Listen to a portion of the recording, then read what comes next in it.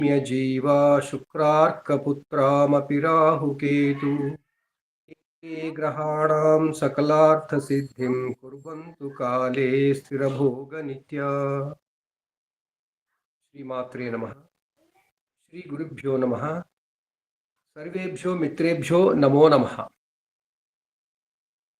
ज्योतिर्वाणी భానువాసర సాప్తాహిక అంతర్జాల ఉపన్యాసధార కార్యక్రమానికి విచ్చేస్తున్న మిత్రులు, గురువులు, విద్యార్థులు అందరికీ కూడా సాదర నమస్కారం.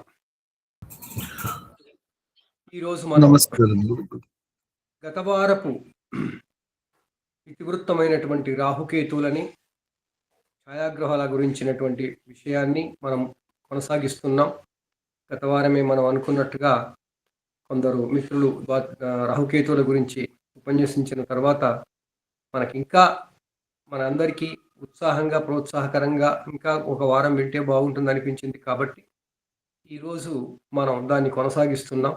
కొనసాగింపులో నాకు అనిపించింది, మరి మేదిని జ్యోతిషం లేదా ముండేని ఆస్ట్రాలజీని కూడా దీంట్లో పెడితే బాగుంటుందన్న ఉద్దేశంతో దేశ గోచారంలో అని నేను ఇతివృత్తంలో కొంచెం అదనంగా మళ్ళీ కలిపాను.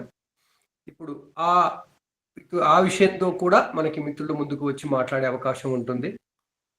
రాహుకేతువుల గురించి మనం గత వారం చాలా విన్నాం. అసలు మనకు తెలిసింది ఎంత కొంత కూడా అర్థమైంది.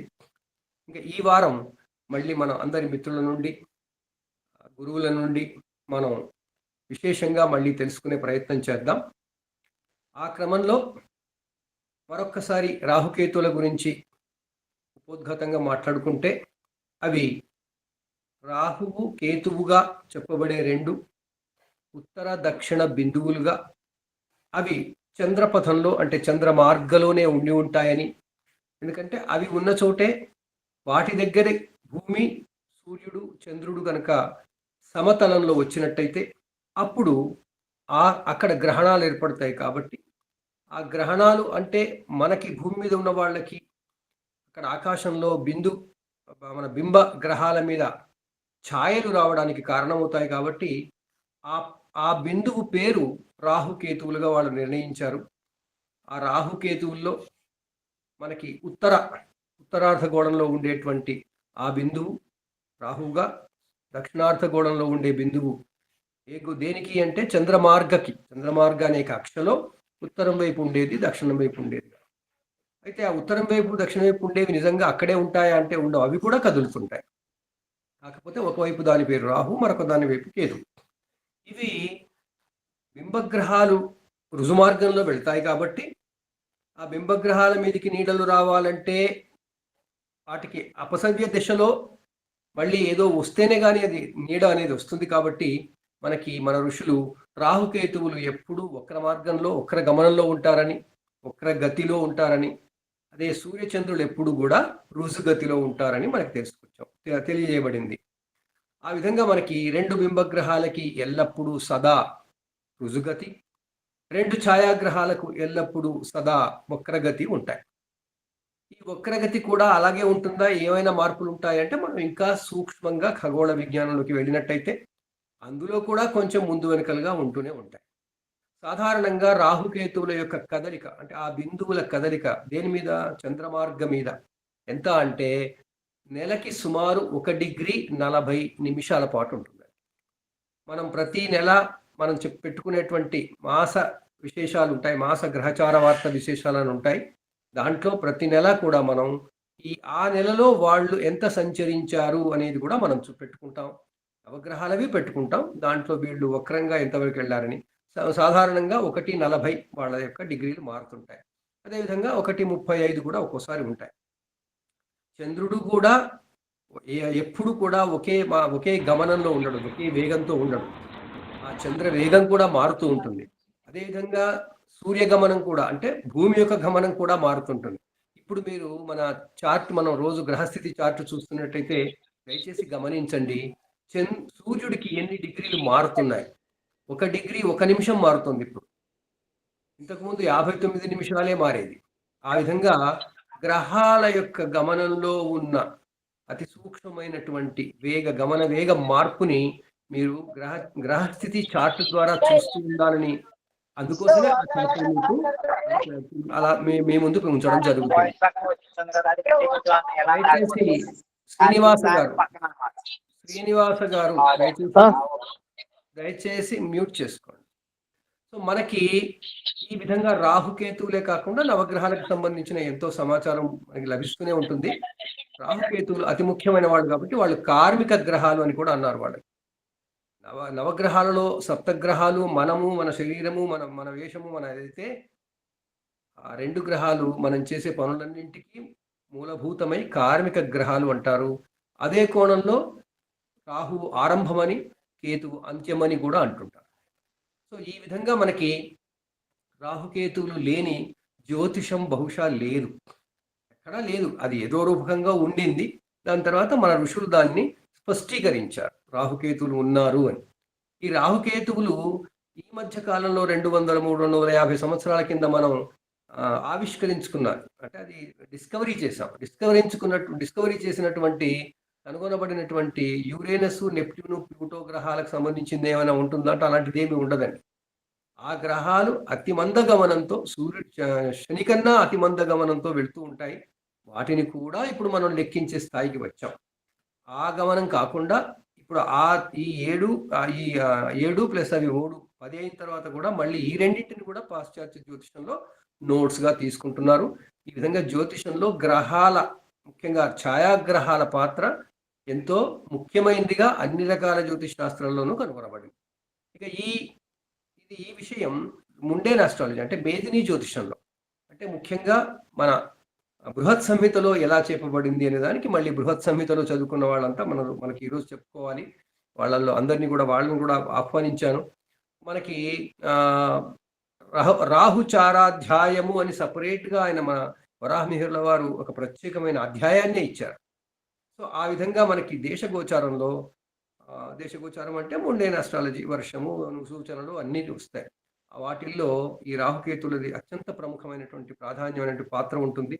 ఎందుకంటే ముఖ్యంగా గ్రహణాలు పట్టే సోరోస్ చక్రం ఏదైతే ఉందో అది రాహుకేతువులు ముండేన్ ఆస్ట్రాలజీలో చాలా ప్రముఖంగా వాటి బాధ్యత ఉంటుంది, వాటి విషయం ఉంటుంది. సో ఈ విషయాలన్నీ ముందు పెట్టుకుని మనం మళ్ళీ ఈరోజు రాహుకేతువుల గురించిన లేదా ఛాయాగ్రహాల ప్రభావానికి సంబంధించినటువంటి జ్యోతిర్వాణిని విందాం. అందరికీ మరొకసారి స్వాగతం. ముఖ్యంగా ఈరోజు గురువు గారు ఎంవి శర్మ గారు కూడా కనిపించారు. వారిని ప్రత్యేకంగా గత వారం మనం వారు లేరు. సో వారిని కూడా తప్పకుండా ప్రత్యేకంగా పాల్గొని ఈ చర్చా కార్యక్రమాన్ని మరింత వైజ్ఞానదాయకంగా చేయమని కోరుతున్నాను. అందరికీ నమస్కారం. ఆరంభించండి ఎవరైనా వాళ్ళు.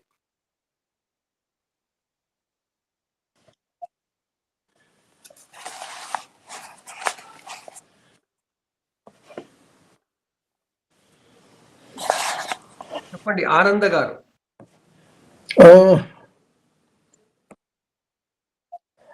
శాస్త్రి గారికి నమస్కారాలు. జ్యోతిర్వాణి సభ్యులకు, జ్ఞాన వృద్ధులకు ఉన్నటువంటి అందరికీ కూడా నమస్కారాలు తెలియపరుస్తూ 4 మాటలు చెప్తాము. ప్రారంభోపంగా, ఎందుకంటే శాస్త్రి గారు మొత్తం అంతా ఇంట్రొడక్షన్ ఇచ్చేశారు. ఇంకో 2 మాటలు ఇంట్రొడక్షన్లో ఇచ్చేసి పెద్దలు చెప్పబోయే మాటలు విందామని చెప్పేసి కుతూహలంగా ఉంది. ఆల్రెడీ చెప్పేశారు రాహుకేతువులు ఛాయాగ్రహాలని. వీటి ప్రభావం మనకు కంటి కనిపించకపోయినా కానీ జీవితంలో చాలా లోతైన ప్రభావాన్ని ప్రతి జీవితం మీద కలుగజేసేటువంటి గ్రహాలు ఈ 2. ముఖ్యంగా గత ప్రాచీన కాలం నుంచి కూడాను ఈ రాహుకేతు గ్రహాలకి చాలా విలువ ఇచ్చారు మన మహర్షులు. 7 మూలంలో 7 గ్రహాలు ఉన్నా కానీ వాటిని ఈ 2 గ్రహాలను కూడా కలిపి వాటి యొక్క ప్రాముఖ్యతను పెంచి, వాటి యొక్క ప్రాముఖ్యతను నిర్దేశించి, గ్రహించి నవగ్రహాలుగా మార్చారు. ఈ నవగ్రహాలనే మనం ఈరోజు నేర్చుకుంటూ ముందుకు వెళ్తున్నాము. కాబట్టి ఉదాహరణకి మనకు ఇప్పటికిప్పుడు మనం తెలుసుకునేవంటే అప్పుడప్పుడు ఈ రాహుకేతువుల వల్లనే మనకు పీడకలు వస్తూ ఉంటాయని చెప్పేసి మనకు తెలుస్తూ ఉంటుంది. నిద్రలో పీడకలు రావడము, మనుషులు దాని మూలంగా నీరసించిపోవడము, క్షీణించిపోవడము, అలాగే కొన్ని చిల్లంగులు, తర్వాత ఇవి చెడుపులు జరుగుతున్నాయని, చేసేవాళ్ళు ఉన్నారని, చేస్తున్నారని, ఇవన్నీ కూడాను వీటి కిందకే వస్తాయని మనం చెప్పుకుంటున్నామండి. అట్లాగే కొంతమంది వ్యతిరేకంగా రాయడానికే పుడతారు. వాళ్ళు ఏ రాసినా వ్యతిరేకమే చెప్తూ ఉంటారు. అటువంటి వాళ్ళు కూడాను ఈ వ్యతిరేకంగా ప్రవర్తించే జాతులు కొన్ని ఉంటాయి. అవి కూడాను వీళ్ళ కిందకే వస్తాయి అని చెప్పేసి మనం చెప్పుకోవచ్చు. ముఖ్యంగా ఈ రాహుకేతు గ్రహాలన్నీ మూర్ఛలు, నరాలకి సంబంధించిన వ్యాధులు ఎక్కువగా వీరిలో కనిపిస్తూ ఉంటాయి. ఇవి ఏ రాశిలో ఏ గ్రహంలో ఉంటాయో వాటి ప్రభావాన్ని కొంచెం ఎక్కువ చేసి చూపిస్తూ ఉంటాయి. అంటే ఉదాహరణకి రాహు గ్రహం అయితే పైకి తీసుకెళ్తూ ఉంటుంది, అదే కేతు గ్రహం అయితే కిందకి తీసుకెళ్తూ ఉంటుంది. ఫర్ ఎగ్జాంపుల్, అదే రాహు ధనభావంలో ఉన్నాడు అనుకోండి, ఆ భావాన్ని బాగా అభివృద్ధి చేస్తుంది. అలాగే కేతు ఉన్నాడు అనుకోండి, ఉన్నధనాన్ని క్షీణింపజేస్తాడు. ఈ విధంగా ఈ రాహుకేతువుల ప్రభావం అనేది మన నిత్య జీవితంలో మనకు కనిపిస్తూ ఉంటుంది. ఈ రాహువు నల్లగా ఉంటాడు, గోధుమ రంగులో ఉంటాడు కేతువు అని చెప్పేసి మనం చెప్పొచ్చునండి.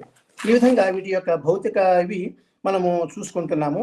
తర్వాత ఈ జాతకులు ముఖ్యంగా వీళ్ళకి కాలము, చట్టము, ఇతరుల అభిప్రాయాలు ఏమున్నా కానీ తమకు అనుకూలంగా మార్చుకునేటువంటి శక్తి కలిగి ఉంటారు వీళ్ళు. అవకాశాలన్నీ కూడా వీళ్ళు కలిసి వస్తూ ఉంటాయి. మహా విషయాలని వీళ్ళు సాధింపగల నేర్పు, ఓర్పు, పట్టుదల, వీళ్ళకి సంకల్ప సిద్ధి ఎక్కువగా ఉంటుంది. అలాగే సామర్థ్యం కూడా ఎక్కువగా ఉంటుందని మనం చెప్పవచ్చు. కానీ అనేక విషయాలు వీళ్ళు ఒకేసారి నెత్తిన పెట్టుకోవడం వల్ల కొన్నింటిని విడిచిపెడుతూ ఉంటారు కూడా. వీళ్ళని కనుక మనం ఎక్కడైనా ఓడలో కానీ సముద్ర తీరం ఎక్కడైనా నిరాధారంగా వీళ్ళు ఉన్నారు అంటే వాళ్ళని కనుక పడేస్తే ఒక చోట వీళ్ళు పెద్ద పెద్ద సంస్థలనే ఏర్పరచగల ధీరులు వీళ్ళు అవుతారు. కాబట్టి వీరు అంత శక్తిపరులు. కాబట్టి వీరి యొక్క ముఖ్యంగా ఇది 3 డిగ్రీల, ఉదాహరణకు రవి రాహువుల సమాగమం ఉంటుంది. రవి రాహువుల సమాగమం కనుక 3 డిగ్రీల లోపల కనుక ఉంది అంటే వాళ్ళు ఎంతటి పెద్ద కార్యాన్నైనా చేయించి వాళ్ళు ప్రపంచానికి చూపెట్టగల వివేకవంతులుగా ఉంటారు వాళ్ళు. అలాగే రవికేతువులు కలిశారనుకోండి, వీళ్ళు ఏ అవకాశం వచ్చినా తమకు ఏ విధంగా ఉపయోగపడుతుంది అని ఆలోచిస్తూ ఉంటారు. అవకాశం వచ్చినప్పుడల్లా వాళ్ళ యొక్క స్వార్థ దృష్టిని బయటికి తెప్పించి ఆ కార్యము దానివల్ల ఏమైపోతుంది, ఆ కార్యం భంగం అయిపోతుంది కూడా చెప్పొచ్చు. అనుకూల పరిస్థితుల్లో కూడా వీళ్ళు ఎక్కువగా అనుమానము, ఛాదస్తము కలిగి ఉంటారు. అందువల్ల వాటి అవకాశాలని విడిచిపెట్టుకుంటారు వీళ్ళు. ఈ సంయోగం ఉన్న వారికి ముఖ్యంగా నరాల బలహీనత ఉంటుంది, తలనొప్పి, తల తిరగడము, మూర్ఛ వ్యాధులు ఉంటాయని చెప్పేసి మనకు తెలుస్తోందండి. అలాగే వివాహ విషయానికి వస్తే వివాహాలు ఆలస్యం కావడానికి కూడా వీడి హస్తం ఉంటుందని చెప్పేసి చెప్పవచ్చు. అలాగే వివాహం అవడానికి కూడాను రాహు ఎంతో సహాయపడుతూ ఉంటాడు. ఆ దశ చాలా ముఖ్యంగా మనం భావిస్తూ ఉంటాం. ఒకవేళ పెళ్లి కాని స్త్రీలకు పురుషులు కాని స్త్రీలతో అక్రమ సంబంధాలు కూడా ఏర్పడుతూ ఉంటాయని చెప్పేసి దానికి కారకులు రాహుకేతువులని అపోహ కూడా లేకపోలేదండి. కాబట్టి ఈ రాహుకేతువులు ఆధ్యాత్మికంగా మోక్షానికి అందించేవాళ్ళుగా, అలాగే అడ్డంకులు కలిగించేవాళ్ళుగా, ఊహించిన సంఘటనలు ఇచ్చేవాళ్ళుగా మనకు కనిపిస్తూ ఉంటారు. ఇవి మనం అనుకున్నట్టే నీడగ్రహాలు అంటే ఛాయాగ్రహాలు. ఇవి అంటే సూర్య చంద్రుల మార్గాన్ని ఉండే ఖండన బిందువులు అని చెప్పేసి మనం చెప్పుకున్నాం, ఆల్రెడీ మీరు చెప్పారు. కాబట్టి ఇవి మానసిక స్థాయిని, ఆధ్యాత్మిక స్థాయిని మీద ప్రభావం చూపిస్తాయి అని చెప్పేసి మనం చెప్పొచ్చునండి. కాబట్టి ఈ కేవలము కేతు అని చెప్పేసి ఉన్నాడు. ఈ కేతు మోక్షాన్ని, జ్ఞానాన్ని సూచిస్తాడు. ఆధ్యాత్మిక మార్పుల్ని, అంతరంగ శాంతిని ప్రసాదించడంలో ఇతనికి అవకాశం ఎక్కువ ఉంటుంది. అలాగే కొన్నిసార్లు బహు ఒత్తిడి కూడా గురి చేస్తూ ఉంటాడు కేతు అండి. అలాగే రాహువుని చూస్తే భౌతికమైనటువంటి కోరికలు ఎక్కువగా కలిగిస్తూ ఉంటాడు.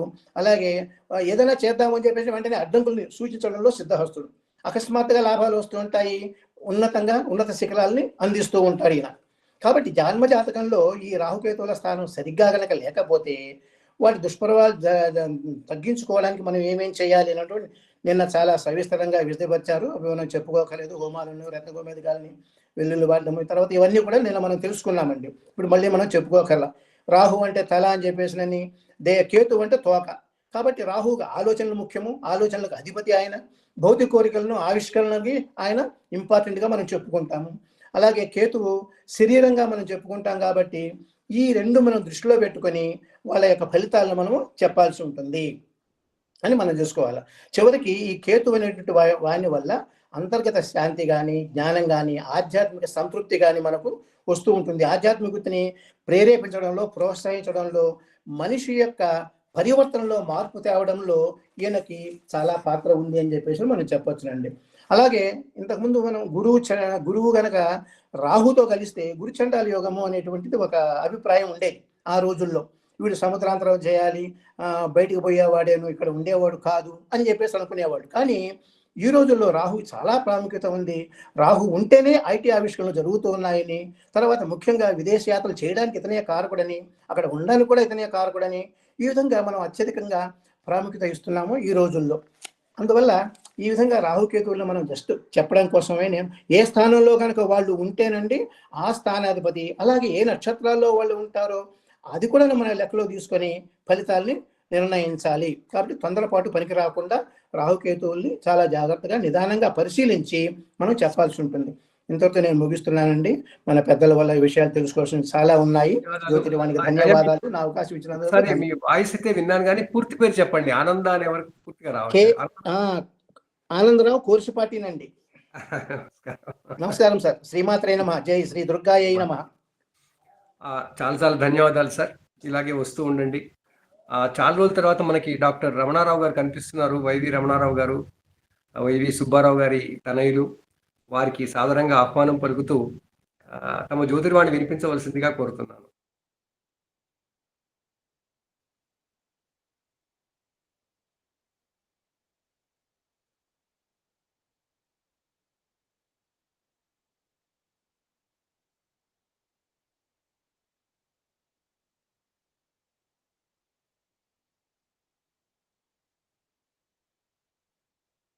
రమణారావు గారు అది మ్యూట్ చేసుకోవాలా, అన్మ్యూట్ చేసుకోవాలా? ఉన్నారు కదా? ఏదో టెక్నికల్ ప్రాబ్లం వచ్చినట్టు.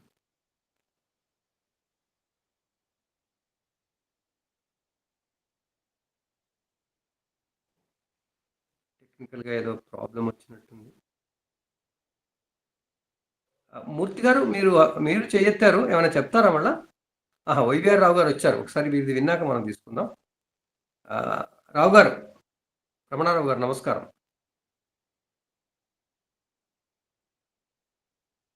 టెక్నికల్గా ఏదో సమస్య వస్తున్నట్టుంది. హలో సార్, నమస్తే. నమస్కారం సార్, రండి. నమస్తే సార్, వినపడుతోందా సార్? వినపడుతుంది, స్వాగతం. Okay sir. నమస్కారం అండి, సభ్యులకు నమస్కారం. ఒక చిన్న ప్రెజెంటేషన్ తో నాకు తెలిసినటువంటి ఒక 4 విషయాలు చెప్తాను నేను. తప్పకుండా.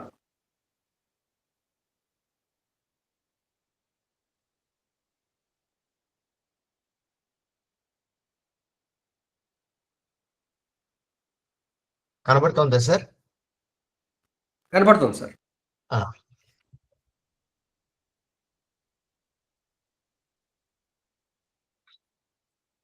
సో ఇప్పుడు మనకి ఆల్రెడీ పురాణంలో చెప్పున్నారు, క్షీరసాగర మదనం నుంచి స్వర్భాను అనేటటువంటి రాక్షసుడు విష్ణుమూర్తి ఖండించిన తర్వాత రాహుకేతువు ఏర్పడ్డారని చెప్పేసి. ఇప్పుడు నేను కొంచెం సైంటిఫిక్ గా చెప్తాం అనుకున్నాను. క్షీరసాగర మదనం అంటే యాక్చువల్ గా మిల్కీ వే ఫార్మేషన్ అని అర్థం అన్నమాట. మన గెలాక్సీని మిల్కీ వే అంటారు, అదే క్షీరసాగరం అంటే మిల్కీ వే. దాని మదనం అంటే దాని ఫార్మేషన్. దాని ఫార్మేషన్ లో చంద్రుడు ఉద్భవించాడు. చంద్రుడు ఉద్భవిస్తే సూర్యుడు, భూమి ఈ రెండిటి గ్రావిటేషనల్ ఫోర్సెస్ వల్ల చంద్రుడికి ఒక ఆర్బిట్ ఏర్పడింది. ఆ ఆర్బిట్ ఎక్లిప్టిక్ ని కట్ చేసినందువల్ల రాహుకేతువులు ఏర్పడ్డారు. 2 బిందువులు ఏర్పడ్డాయి, రాహుకేతువులు ఏర్పడ్డాయి. అది సూర్యుడి గ్రావిటేషనల్ ఫోర్స్ వల్ల ఏమవుతున్నాయంటే ఈ రాహుకేతువులు వక్రగతిన నడుస్తుంటారు అన్నమాట, రెట్రోగ్రేడ్ మోషన్. సో ఇప్పుడు చంద్రుడి ఆర్బిట్ ఒకటి ఉన్నందువల్ల, తర్వాత సూర్యుడి గ్రావిటేషనల్ ఫోర్స్ ఉన్నందువల్ల ఈ రాహుకేతువులు అనేటటువంటివి మూవ్మెంట్ వచ్చింది, రెట్రోగ్రేడ్ మోషన్ ప్లస్ ఆ 2 ఫామ్ అయినాయి. కాబట్టి సూర్యచంద్రులు పట్టించారు విష్ణుమూర్తికి అని చెప్పినని పురాణాల్లో మనకు చెప్పారనమాట. అది సింబాలిక్. పురాణాలన్నీ సింబాలిక్. దాంట్లో యాక్చువల్ గా బ్యాక్గ్రౌండ్ ఏంటి అని చూస్తే చాలా సైంటిఫిక్ ఇన్ఫర్మేషన్ అందులో ఇన్వాల్వ్ అయ్యి ఉంది. ఇది ఒక పార్ట్. తర్వాత ఈ డయాగ్రామ్స్ జస్ట్ చూపించాను అనమాట, అందరికీ తెలిసిన విషయమే. సూర్యుడు నడిచేటటువంటి మనకు కనిపిస్తూ ఉన్నటువంటి భ్రమ, యాక్చువల్ గా సూర్యుడు కదులుతున్నాడు అనేటటువంటిది, అది ఎల్లో ఆర్బిట్ గా చూపించాను. తర్వాత ఈ వైట్ ఆర్బిట్ వచ్చేసి మూన్ మూవ్మెంట్ అనమాట, మూన్ ఆర్బిట్ అది. ఇప్పుడు నార్మల్ గా ఎక్లిప్టిక్ పైనంతా నార్త్ అంటాము, ఎక్లిప్టిక్ కింద సౌత్ అంటాం అనమాట. కాబట్టి ఇప్పుడు మూన్ చూపించింది ఏమవుతుందంటే సౌత్ నుంచి నార్త్ కి పైకి వెళ్ళేటప్పుడు ఎక్లిప్టిక్ ని ఒక పర్టికులర్ పాయింట్ దగ్గర క్రాస్ చేస్తుంది. ఆ పాయింట్ నే డ్రాగన్స్ హెడ్ అంటారు, లేదా నార్త్ నోడ్ రాహు అని కూడా అంటాం అనమాట. తర్వాత ఈ భాగంలో చూస్తే, ఈ పిక్చర్ లో చూస్తే మూన్ వచ్చేసి నార్త్ నుంచి సౌత్ కు క్రాస్ చేసేటప్పుడు ఎక్లిప్టిక్ ని మనకు కేతువు ఏర్పడతాడు, కేతువు పాయింట్ ఏర్పడుతుంది అనమాట. దీన్ని డ్రాగన్స్ టెయిల్ అంటాము కేతువుని, లేదా సౌత్ నోడ్ అని కూడా అంటారు. ఇప్పుడు యాక్చువల్ గా సూర్యుడు మూవ్మెంట్ నేను ఇక్కడ చూపించాను ఆరో పెట్టి. మన నెక్స్ట్ పిక్చర్స్ రాలేదండి, ఇప్పుడు వచ్చింది. Thank you. వచ్చిందా? ఇది వచ్చింది, ఇంతకుముందు కూడా వచ్చింది, ఉంది సార్. Okay sir. ఇది ఫస్ట్ పిక్చర్ అండి, ఇది కనిపిస్తోందా?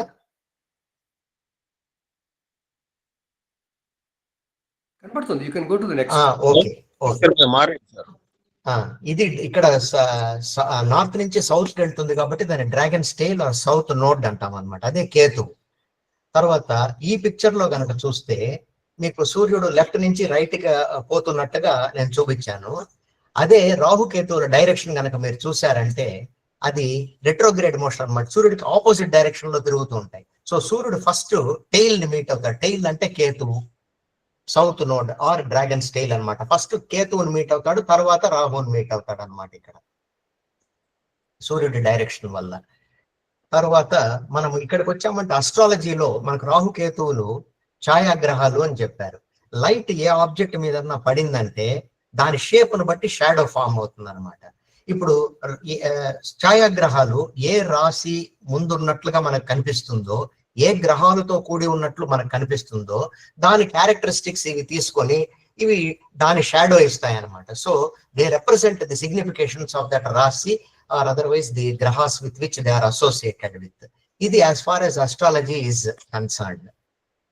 ఇప్పుడు ఇక్కడ సైంటిఫిక్ కమ్యూనిటీ కూడా ఈ నోట్స్ అనేటటువంటివి చాలా ఇంపార్టెంట్. అది వాళ్ళకు వేరే విధంగా ఇంపార్టెంట్.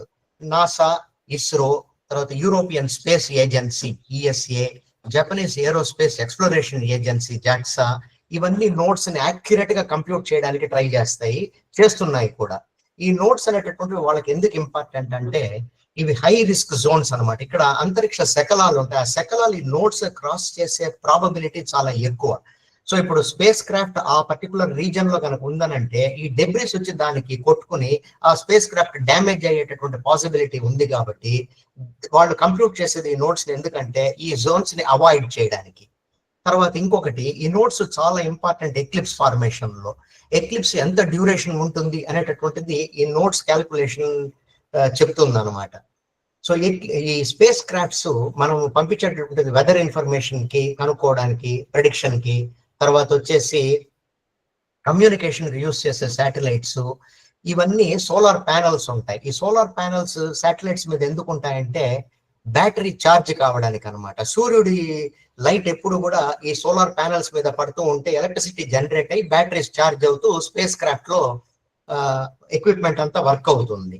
అదే ఎక్లిప్సెస్ లో ఏమవుతుందంటే సూర్యుడు లైట్ బ్లాక్ అవుతుంది కాబట్టి ఎక్కువసేపు బ్లాక్ అయిందనంటే బ్యాటరీస్ ఛార్జ్ పోయి శాటిలైట్ ఫెయిల్ అయ్యే పాసిబిలిటీ ఉంటుంది. కాబట్టి ఎక్లిప్సెస్ చాలా యాక్యురేట్ గా డ్యూరేషన్ యాక్యురేట్ గా క్యాల్కులేట్ చేయడానికి వాళ్ళకు నోట్స్ చాలా ఇంపార్టెంట్ అన్నమాట. ఇది సైంటిఫిక్ కమ్యూనిటీకి ఇంపార్టెంట్. మనం అస్ట్రాలజీలో ఎట్లా వాడుకుంటున్నాము, తర్వాత సైంటిఫిక్ కమ్యూనిటీకి ఎట్లా ఇంపార్టెన్స్ ఉన్నది దీనికి అనేది ఇక్కడ చూపించాను. నెక్స్ట్ స్లైడ్ లో నేను I just want to discuss the positions of Rahu and Ketu in the planetary system and dasha sequence. So మొట్టమొదట మనకు సూర్యుడు ఉన్నాడు, తర్వాత బుధుడు, నెక్స్ట్ కేతువు, శుక్రుడు. కేతువు, రాహు అనేటటువంటి పొజిషన్స్ ప్రస్తుతానికి అట్లా పెడతాం. సూర్యుడు, బుధుడు, తర్వాత శుక్రుడు, భూమితో కూడా చంద్రుడు, కుజ, గురు, శని ఉన్నాయి. కేతు, రాహు ఈ పొజిషన్స్ లో పెట్టారు. ఈ పొజిషన్స్ లో ఇవి రావడానికి కారణం ఏమిటి అనేటటువంటి దానికి నా రెండు ఆలోచనలు ఇక్కడ చెప్పదలుచుకున్నాను. ఒకటి టైడస్ బోడే లా అని ఒకటి ఉన్నది, ఇంకొకటి వచ్చేసి ఫిలసాఫికల్ వ్యూలో ఆ రెండు అక్కడ ఎందుకు ఉన్నాయి అనేటటువంటిది చెప్తాను. ఫస్ట్ టైటస్ బోడే లా తీసుకుంటే, టైటస్ బోడే లా అనేటటువంటిది ఒక ఎంపెరికల్ రూల్. టైటస్ అనే అతను ప్రపోజ్ చేశాడు, బోడే అనే అతను దాన్ని పాపులరైజ్ చేశాడు అనమాట. ఎంపెరికల్ రూల్ అంటే అబ్జర్వేషన్ మీద వచ్చినటువంటిది అనేటటువంటిది. మ్యాథమెటికల్ బ్యాక్గ్రౌండ్ ఏం పెద్దగా ఉండదు దాంట్లో. అదనమాట ఎంపెరికల్ రూల్ అంటే. మ్యాథమెటిక్స్ పెద్దగా ఉండదు, బట్ సైంటిఫిక్ గా ఏముండదు, కానీ అబ్జర్వేషన్ మీద వచ్చినటువంటిది. ఇప్పుడు ఫర్ ఎగ్జాంపుల్ ఈ నంబర్స్ తీసుకోండి, 0, 3, 6, 12, 24, 48, 96 అని చెప్పి దీనికి 4 యాడ్ చేయమంటాడు టైటస్. సో 0కి 4 యాడ్ చేస్తే 4 వస్తుంది, 3కి 4 యాడ్ చేస్తే 7 వస్తుంది, అలాగా 10, 16, 28, 52, 100 అని వస్తుంది. తర్వాత దీన్ని 10 తో డివైడ్ చేయమంటాడు. 0.4, 0.7, 1, 1.6, 2.8, 5.2, 10 అని వస్తుంది అనమాట. ఇప్పుడు ప్రతిదానికి మనం ఏయు అని యాడ్ చేసాం. ఏయు అంటే అస్ట్రోనామికల్ యూనిట్స్. 1 అస్ట్రోనామికల్ యూనిట్ అంటే 150 మిలియన్ కిలోమీటర్స్ అన్నమాట. ఇది 0.4 ఏయు, 0.7 ఏయు, 1 ఏయు అలాగ వెళ్తూ ఉంటుంది. మీరు ఇందులో గమనించారంటే సూర్యుడు నుంచి మీరు సైంటిఫిక్ గా కూడా వెరిఫై చేసుకోవచ్చు. బుధుడి distance very close to 0.4 astronomical units, అంటే 0.4 ఇంటూ 150 మిలియన్ కిలోమీటర్స్ వేస్తే 60 మిలియన్ కిలోమీటర్స్ డిస్టెన్స్ లో అప్రాక్సిమేట్ గా బుధుడు ఉంటాడు. 0.7 ఇంటూ 150 అస్ట్రానామికల్ యూనిట్స్ డిస్టెన్స్ లో శుక్రుడు ఉంటాడు. భూమి చంద్రుడు వచ్చేసి 1 భూమి నుంచి సూర్యుడి నుంచి భూమి 150 మిలియన్ కిలోమీటర్స్ డిస్టెన్స్ లో ఉందన్నమాట. అలాగే కుజుడు, గురువు, శని అని ఉంటారు. ఇక్కడ గమనిస్తే సైంటిఫిక్ గా కూడా వెరిఫై చేసుకోవచ్చు. ఈ 1.6 అస్ట్రానామికల్ యూనిట్స్ దగ్గర కుజుడు, తర్వాత 5.2 అస్ట్రానామికల్ యూనిట్స్ దగ్గర గురువు ఉన్నారు. మధ్యలో మిస్సింగ్ అనమాట క్లైమేట్ 2.8 అస్ట్రానామికల్ యూనిట్స్ దగ్గర మిస్సింగ్, ఏమీ లేదు అక్కడ. ఒకవేళ మన ఋషులు అది గమనించి ఆ పర్టికులర్ ప్లేస్ లో రాహువును ఊహించినట్టున్నారు. అక్కడ రాహువు ఫిట్ అవుతాడు మనకు. సో బుధ, శుక్ర, భూమి, కుజ, రాహు, గురు, శని వచ్చారనమాట. ఇప్పుడు ఈ 2.8 దగ్గర రాహు ఉండే పాసిబిలిటీ ఉంది ఇక్కడ. తర్వాత ఇప్పుడు ఎలాగైతే భూమి తర్వాత కుజుణ్ణి వదిలేసి తర్వాత రాహువుని పెట్టారో, సిమెట్రికల్ గా కేతు ఉండాలి కాబట్టి భూమికి ఇటువైపు శుక్రుణ్ణి వదిలేసి కేతువును పెట్టారనమాట. అది ఒక ఆలోచన. ఇప్పుడు మనకు సీక్వెన్స్ బుధుడు, కేతువు, శుక్రుడు, భూమి, కుజుడు, రాహువు, గురు, శని వచ్చారనమాట. ఇప్పుడు బుధుడికి ముందు సూర్యుడు ఉంటాడు. మనకు కేతు ఎందుకు ఇక్కడ పెట్టారు, రాహు ఎందుకు అక్కడ పెట్టారంటే సూర్యుడు నుంచి ఫస్ట్ వెళ్ళేటప్పుడు టెయిల్ మనకు ముందర తగులుతుంది. టెయిల్ తగులుతుంది కాబట్టి కేతువు ముందు వస్తాడు అనమాట. తర్వాత రాహు వస్తాడు హెడ్. అది అందుకని చెప్పి అక్కడ పెట్టి ఉండొచ్చును అనేటటువంటిది ఒక ఆలోచన. దశ సీక్వెన్స్ తీసుకున్నారంటే కేతువు నుంచి, కేతు అంటే జెండా అన్నారు. ఒక రథం గాని ఒక టెంపుల్ గాని దాని ఐడెంటిటీ అంతా దాని జెండా మీద డిపెండ్ అయి ఉంటుంది. సో కేతువు తర్వాత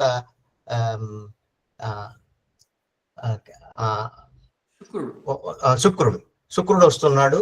కేతు, శుక్ర, రవి, చంద్రుడు వస్తాడు నెక్స్ట్. భూమికి దగ్గరగా ఉన్నాడు కాబట్టి. కానీ భూమి ప్లేస్ లో మనం చంద్రుడిని పెడుతూ ఉన్నాం. ఎందుకంటే భూమి మీద ఉండేటటువంటి వాళ్ళకు సూర్యుడి ఇన్ఫ్లుయెన్స్ ఉంటుంది కాబట్టి మనకు అది కావాలన్నమాట జాతకం కోసం. సో రవి, కుజ, రాహు, గురు, శని, బుధ ఇవి వస్తున్నాయి అనమాట దశ సీక్వెన్స్ అస్ట్రాలజీలో. సో టైటస్ బోడెలే ప్రకారము కేతువు, రాహువు ఇక్కడ ఉండే పాసిబిలిటీ ఉంది. ఒకవేళ మన ఋషులు అది ఊహించేమన్నా అలా పెట్టారేమో అనేటటువంటిది ఒక ఆలోచన. సో రెండో ఆలోచన ఏంటంటే ఫిలసాఫికల్ మీనింగ్. సోలార్ సిస్టమ్ లోనే కంప్లీట్ ధర్మార్థ కామ మోక్షాలు అనేటటువంటివి ఇన్వాల్వ్ అయి ఉన్నాయి బేసికలీ. సో ఈ ఫిలసాఫికల్ మీనింగ్ అర్థం చేసుకుంటే ఆటోమేటిక్ గా కేతు, రాహుల యొక్క పొజిషన్స్ అర్థం అవుతాయి. సీక్వెన్స్ లో దశ సీక్వెన్స్ కూడా మనకు వస్తుంది అనమాట. సో ఇప్పుడు ఫస్ట్ సూర్యుడు ఆత్మకారకుడు అని అందరికీ తెలుసు. నెక్స్ట్ బుధుడు ఇంటెలిజెన్స్ అన్నమాట. ఆ తర్వాత శుక్రుడు తీసుకుంటే మనకు ఆ ప్లానెటరీ సోలార్ సిస్టమ్ లో ఎంజాయ్మెంట్.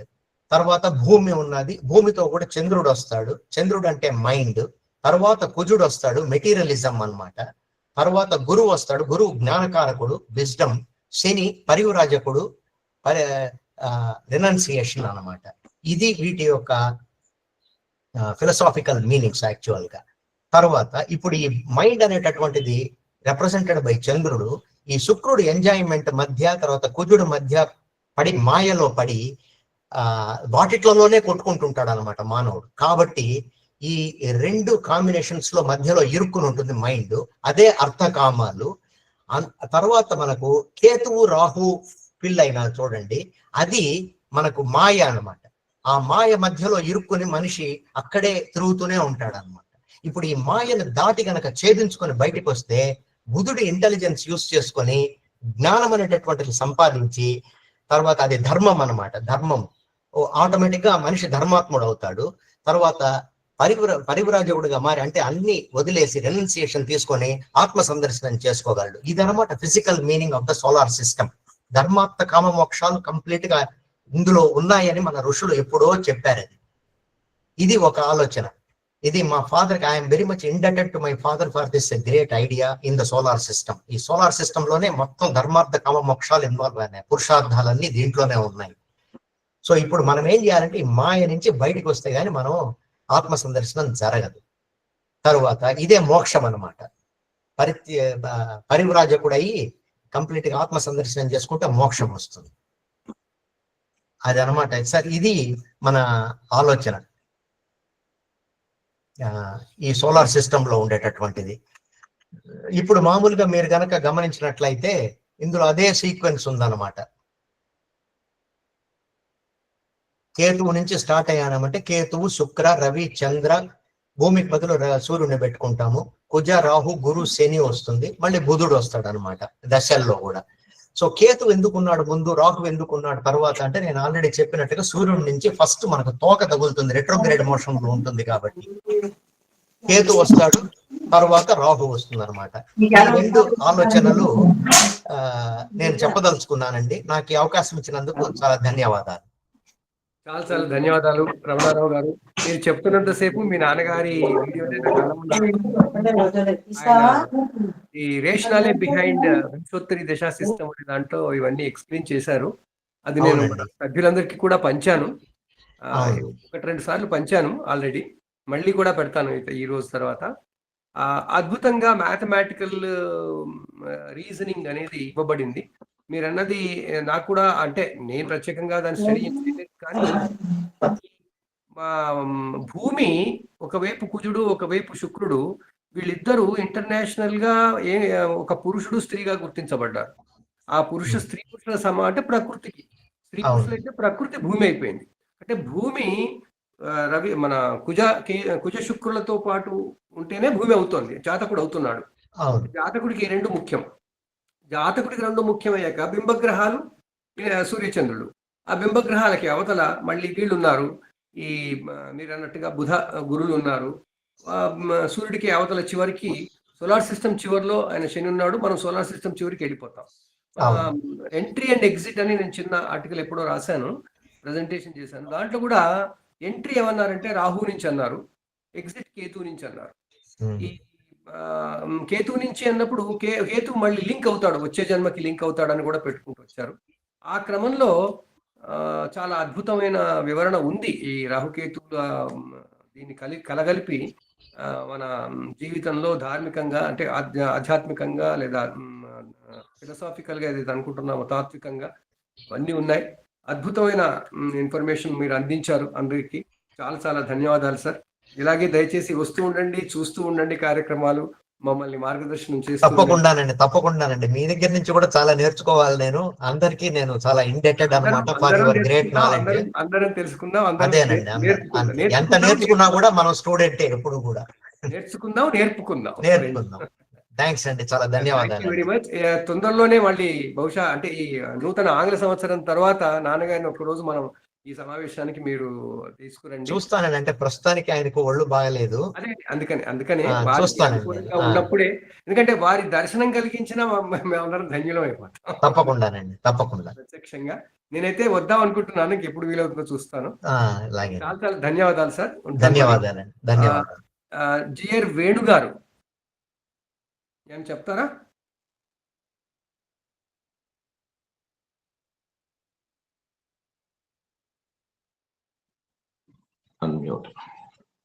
అన్మ్యూట్ అయ్యారు.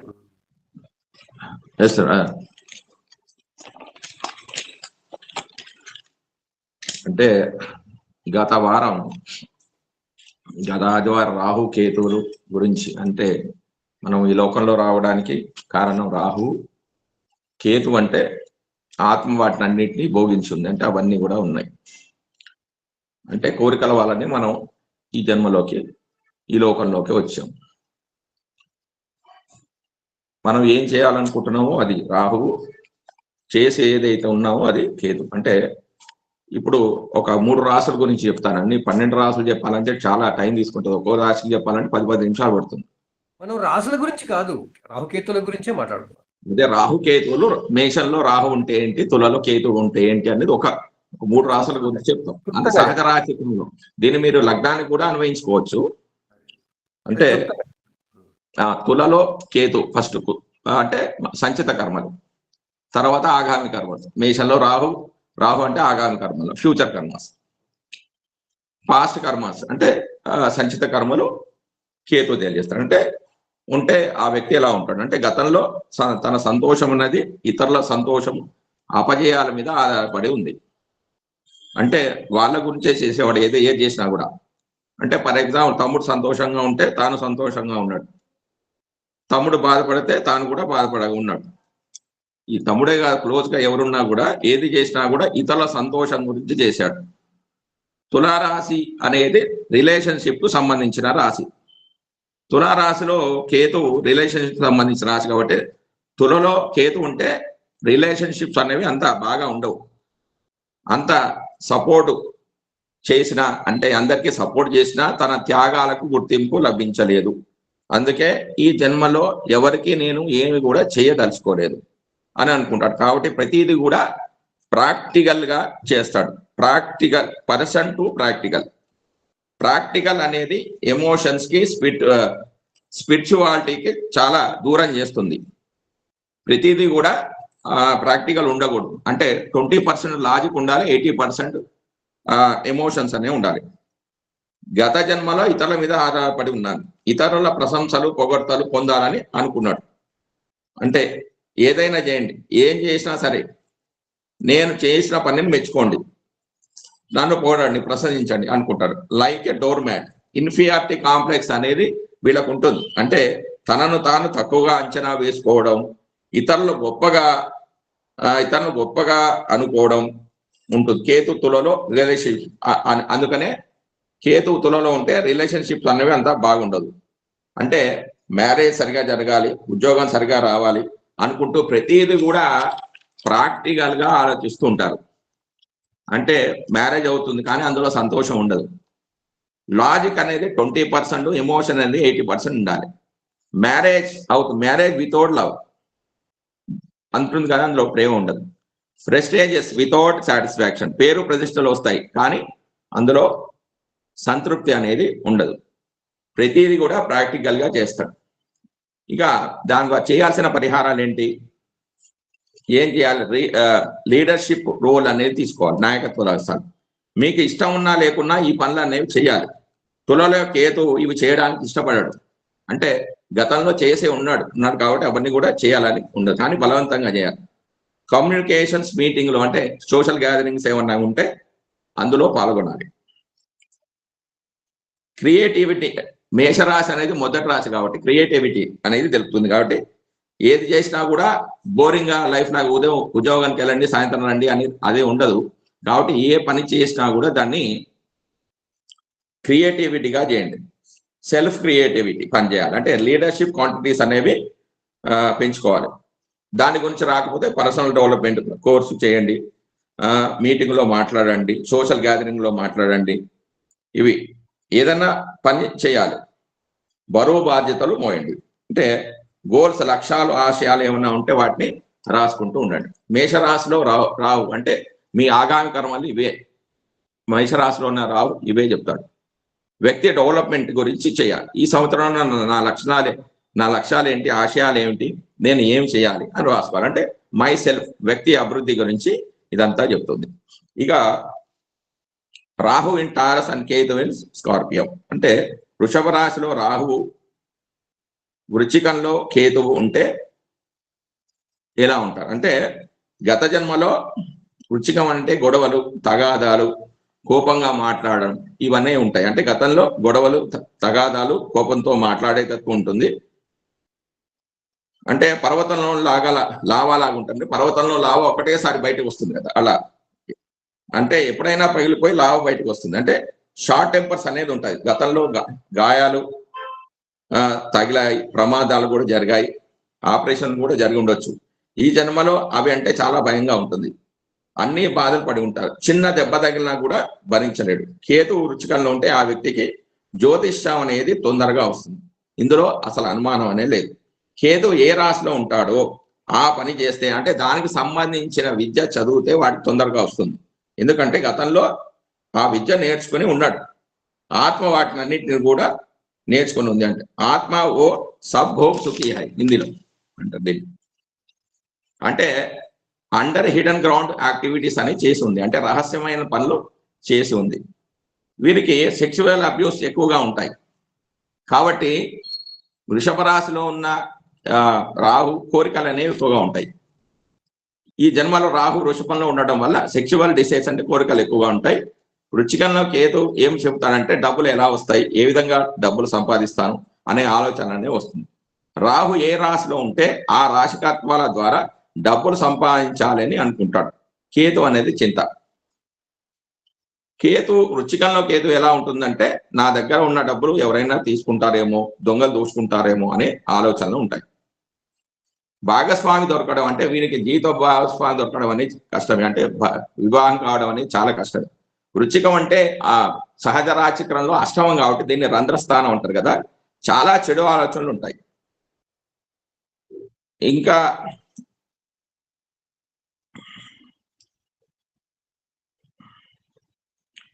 ఈ జన్మలో సెక్షువల్ డిసైర్స్ ఎక్కువగా ఉంటాయి కాబట్టి వాటిని పూర్తిగా కూడా ఎవరు కూడా సంతృప్తి పరచలేరు. Sexual desires must be transformer into that divine love, అంటే భక్తివాన్లోకి మార్చాలి. వృషభం అంటే బాండింగ్, అంటే శుక్ర రాశులు ఏవైతే ఉన్నాయంటే వృషభం కానీ తుల కానీ ఈ రెండు కూడా కుటుంబం, ప్రేమ, అనుబంధాల గురించి తెలిపే రాశులు. లైంగిక కోరికలను దైవ ప్రేమగా మార్చుకోవచ్చు. నాకు అన్ని కోరికలు నెరవేరుతాయి, కృతజ్ఞత భావంతో కలిసి ఉండాలి, ప్రజలను నమ్మాలి. వృషభ రాశి అంటే ప్రేమ మరియు అపేక్ష అనేది ఉంటుంది. వృషభం అంటే రెండవ రాశి కుటుంబం, అంటే బాండింగ్, ప్రేమ, ఒకరికొకరు ప్రేమ లేకపోతే కుటుంబం లేదు. క్రియేటివిటీ ద్వారా డబ్బులు లభిస్తాయి. వృషభ రాశి అనేది అర్ధరాశి, ధర్మార్థ కామోక్ష రాశులు ఉన్నాయి కదా, రెండవ రాశి కాబట్టి అర్ధరాశి. భౌతిక సంపదలు, ఆస్తులను ఇస్తుంది. క్రియేటివిటీ అంటే డాన్సింగ్ చేయడం, పాటలు పాడడం లాంటి క్రియేటివిటీ, అంటే తమకు ఇష్టమైన పనులు చేయాలి. పాజిటివ్ సొల్యూషన్ అంటే gardening, cooking classes, cooking at home, some drivings or creativity works అనేవి చేయాలి. అంటే ఇతరులను మెప్పు పొందడం, బహుమతులు ఇవ్వడం లేదా గిఫ్ట్ తీసుకోవడం అనేది చేస్తూ ఉండాలి. ఇక మిథునంలో రాహువు, ధనస్సులో కేతు ఉంటే ఎలా ఉంటుంది అంటే గత జన్మలో వ్యక్తికి జంతు లక్షణాలు అనేవి ఉంటాయి. అంటే ఒంటరిగా ఉంటాడు, అంటే త్వరగా స్పందించే గుణం అనేది వీళ్ళకు ఉంటుంది తొందరగా, అంటే జంతువు ఏదైనా తొందరగా స్పందిస్తుంది కదా, అలాంటి వీళ్ళకు ఉంటాయి. అంటే గత జన్మలో జంతు జన్మ అయితే కూడా ఉండొచ్చు. వ్యక్తి ఏమి అనుకుంటాడంటే నాకు అన్నీ తెలుసు, నేను చెప్పేందే నిజం. ఈ ధనురాశి అనేది గురువు రాశి. ఇది soul is like a bachelor, బ్రహ్మచారి. వాడి పెళ్ళైనా కూడా నేను బ్రహ్మచారిని అనే తలుపు అని ఉంటుంది. నేను ఒంటరినే అని అనుకుంటాడు, నేను ఒంటరి వాడిని అనుకుంటాడు. ఎవరు కూడా ఇతని దగ్గరికి రారు. ధనురాశి అంటే అడవి రాశి, అడవిని సూచిస్తుంది కదా. బ్యాచిలర్ యాటిట్యూడ్ అనే ఉంటుంది, అందరూ దూరంగా ఉంటారు. బ్యాచిలర్ లైఫ్ గడిపి ఉంటారు. ఒంటరి జీవితం అంటే ఇష్టం ఉంటుంది. వ్యక్తి అమాయకులుగా ఉంటారు. సోషల్ గ్యాదరింగ్ ఎలా ఉండాలో అసలు, అంటే సోషల్ గ్యాదరింగ్ అంటే పార్టీలలో కానీ ఎక్కడైనా ఫంక్షన్లో కానీ వెళ్ళడానికి వీళ్ళు అస్సలు ఇష్టం ఉండదు. ప్రజలతో కలిసిమెలిసి ఉండాలి. స్పిరిచువల్ నాలెడ్జ్ ఉంది, స్పిరిచువల్ నాలెడ్జ్ అనేది వీళ్ళకు ఉంది. సమాజంలో ఎలా ఉండాలో ఆ నాలెడ్జ్ మాత్రం అనేది లేదు. కేతు యొక్క పని చేయాలి, రాహు పని చేయాలి. సోషల్ స్కిల్స్, అందరితో ఎలా ఉండాలి అని పుస్తకాలు చదివి మరి నేర్చుకుంటారు. వీరు అందరినీ చూడడం ద్వారా అన్ని నేర్చుకుంటారు. ఇంతకుముందు ఏమి రావు, చిన్నగా మెల్లమెల్లగా నేర్చుకుంటారు. విశ్వం ఏమిటి, భగవంతుడు అంటే ఎవరు, వీటి గురించిన నాలెడ్జ్ అనేది వీరికి ఉంది. అంటే గురు ప్లస్ కేతు కాంబినేషన్ అనుకోవచ్చు. దీన్ని బిఎన్ఎన్ లో కేతు, గురు కేతు కాంబినేషన్స్ అనుకోవచ్చు. మీకున్న నాలెడ్జ్ అంటే ధనుసులో మీరు ఏమి నేర్చుకున్నది అందరికి కూడా చెప్పండి. ఈ జన్మలో మీ కర్మ ఏమిటంటే ధనుసులో మీకు ఉన్న నాలెడ్జ్ను రాహు ద్వారా, అంటే మిథునంలో ఉన్న రాహు ద్వారా అందరికీ చెప్పాలి. గత జన్మలో ఒంటరిగా ఉన్నాడు, ఎవరిని కలవలేదు. లైఫ్ పర్పస్ ఏమిటి అంటే ఈ జ్ఞానాన్ని పెంచుకోవాలి. మీ జ్ఞానాన్ని అందరికీ పంచాలి, నేర్చుకోండి. ఏది నేర్చుకుంటున్నారో అందరికీ అందించండి. కమ్యూనికేషన్ స్కిల్స్ పెంచుకోండి. పాసిబుల్ సొల్యూషన్స్ ఏమిటంటే development, latent communication skills. Share what you learn, అంటే మీరు ఏది నేర్చుకున్నారో అది అందరికి కూడా చెప్పండి. Because expert in what to first. మిథునంలో రాహు అంటే వెరైటీ, బాగా మాట్లాడంలో అంటే మిథునంలో రాహు. ఇంతకుముందు ఇప్పటివరకు నేను చెప్పింది ధనస్సులో కేతు గురించి చెప్పాను. ఇప్పుడు మిథునంలో రాహు ఉంటే వెరైటీ అని కోరుకుంటారు, బాగా మాట్లాడంలో నేర్పులు, వెరైటీ కావాలి, చాలా మంచిగా మాట్లాడతారు, ఎమోషన్స్ అందరికీ అర్థమయ్యే రీతిలో చెప్పగలరు మీరు, స్పిరిచువల్ ఇంట్రెస్ట్ అనేది ఉంటుంది. ధనస్సులో కేతు వాళ్ళకి ఏమి రాదు, అందరినీ గమనించి గమనించి నేర్చుకుంటాడు. రాహు మీన్స్ అబ్జర్వేషన్స్, మనలో ఉన్న ఐడియాస్ అందరికీ చెప్పాలి. Teaching professions is good, farming relationships, సంబంధ బాంధవ్యాలు ఏర్పరచుకోవాలి. మిథునంలో ధనురాశి స్వేచ్ఛను కోరుకుంటుంది. మిథునంలో ఉన్న రాహు ద్వారా developing the mind and in the introspection of what I'm I, నేను ఎవరు అని మోక్ష మార్గం వైపు తీసుకెళ్తూ ఉంటుంది. ఇది ఇప్పటికీ ఈ 3 రాశులు. ధన్యవాదాలు సార్. ఒక సార్ జాతకంలో ఇంకా చెప్పొచ్చా? చెప్పండి. అయితే ఇప్పుడు రాహు కేతువులు అంటే మిత్రులు ఎవరు, శత్రువులు ఎవరంటే 3 రాశులలో రాహు నక్షత్రాలు ఉన్నాయి. ఎక్కడ? ఆరుద్ర నక్షత్రం మిథునంలో ఉంది. మిథున రాశాధిపతి కుజుడు. తర్వాత తులలో స్వాతి నక్షత్రం ఉంది, దానికి అధిపతి తులారాశి అధిపతి శుక్రుడు. తర్వాత కుంభంలో శతభిష నక్షత్రంలో కూడా రాహు నక్షత్రం ఉంది, దానికి అధిపతి ఎవరు? శని. ఈ 3 నక్షత్రాలు వీళ్ళు ఈ ఎవరు? బుధుడు, శుక్రుడు, శని, వీళ్ళు రాహుకి మిత్రులు. అంటే ఈ కాంబినేషన్స్ లో మంచి శుభ ఫలితాలు అనేవి వస్తాయి. అంటే బిఎన్ఎన్ అంటే నేను భృగునంది నాడు ఎక్కువగా నేర్చుకుంటున్నానంటే ఫలితాలు అనేవి తొందర ఈజీగా వస్తాయి. అంటే పరాశర అంటే మళ్ళా నవాంశ చూడాలి, దశాంశం చూడాలి, మహాదశ అంతర్దశ బలాలన్నీ చూసుకోవాలి. కానీ భృగునంది నాడులో కేవలం రాశి 90% గ్రహ కారకత్వాలు, 5% రాశి కారకత్వాలు, 5% హౌసెస్ అనేవి ఉంటాయి. దాని ద్వారా ఈజీగా చెప్పొచ్చు. అంటే ఇప్పుడు ఈ కాలంలో ఫాస్ట్ గా కావాలి రిజల్ట్ అనేది, తొందరగా చెప్పే అలవాటు రాగానే 1 రోజు 2 రోజులు కూడా వాళ్ళు టైం ఇవ్వరు ఏదన్నా ఫలితాలు చెప్పడానికి, ఈ కాంబినేషన్స్ వల్ల. ఓకే, ధన్యవాదాలు. మా భృగునంది నాడికి సంబంధించినటువంటి విశేషాలు తెలియజేస్తున్నారు, మంచి ధన్యవాదాలు. మనం ఇంకా వివరంగా తర్వాత మరొకసారి అది పెట్టుకుందాం భృగునంది నాడి గురించి. చాలా ఉంది, క్లాస్ సరిపోదు. Okay sir, thank you. ధన్యవాదాలు వేణుగారు. గురువు గారు ఎంబి శర్మ గారు. వినబడుతుందా? వినబడుతుంది. అందరికీ నమస్కారాలండి. ఇప్పుడు ఇంతమంది ప్రసంగాలు విన్న తర్వాత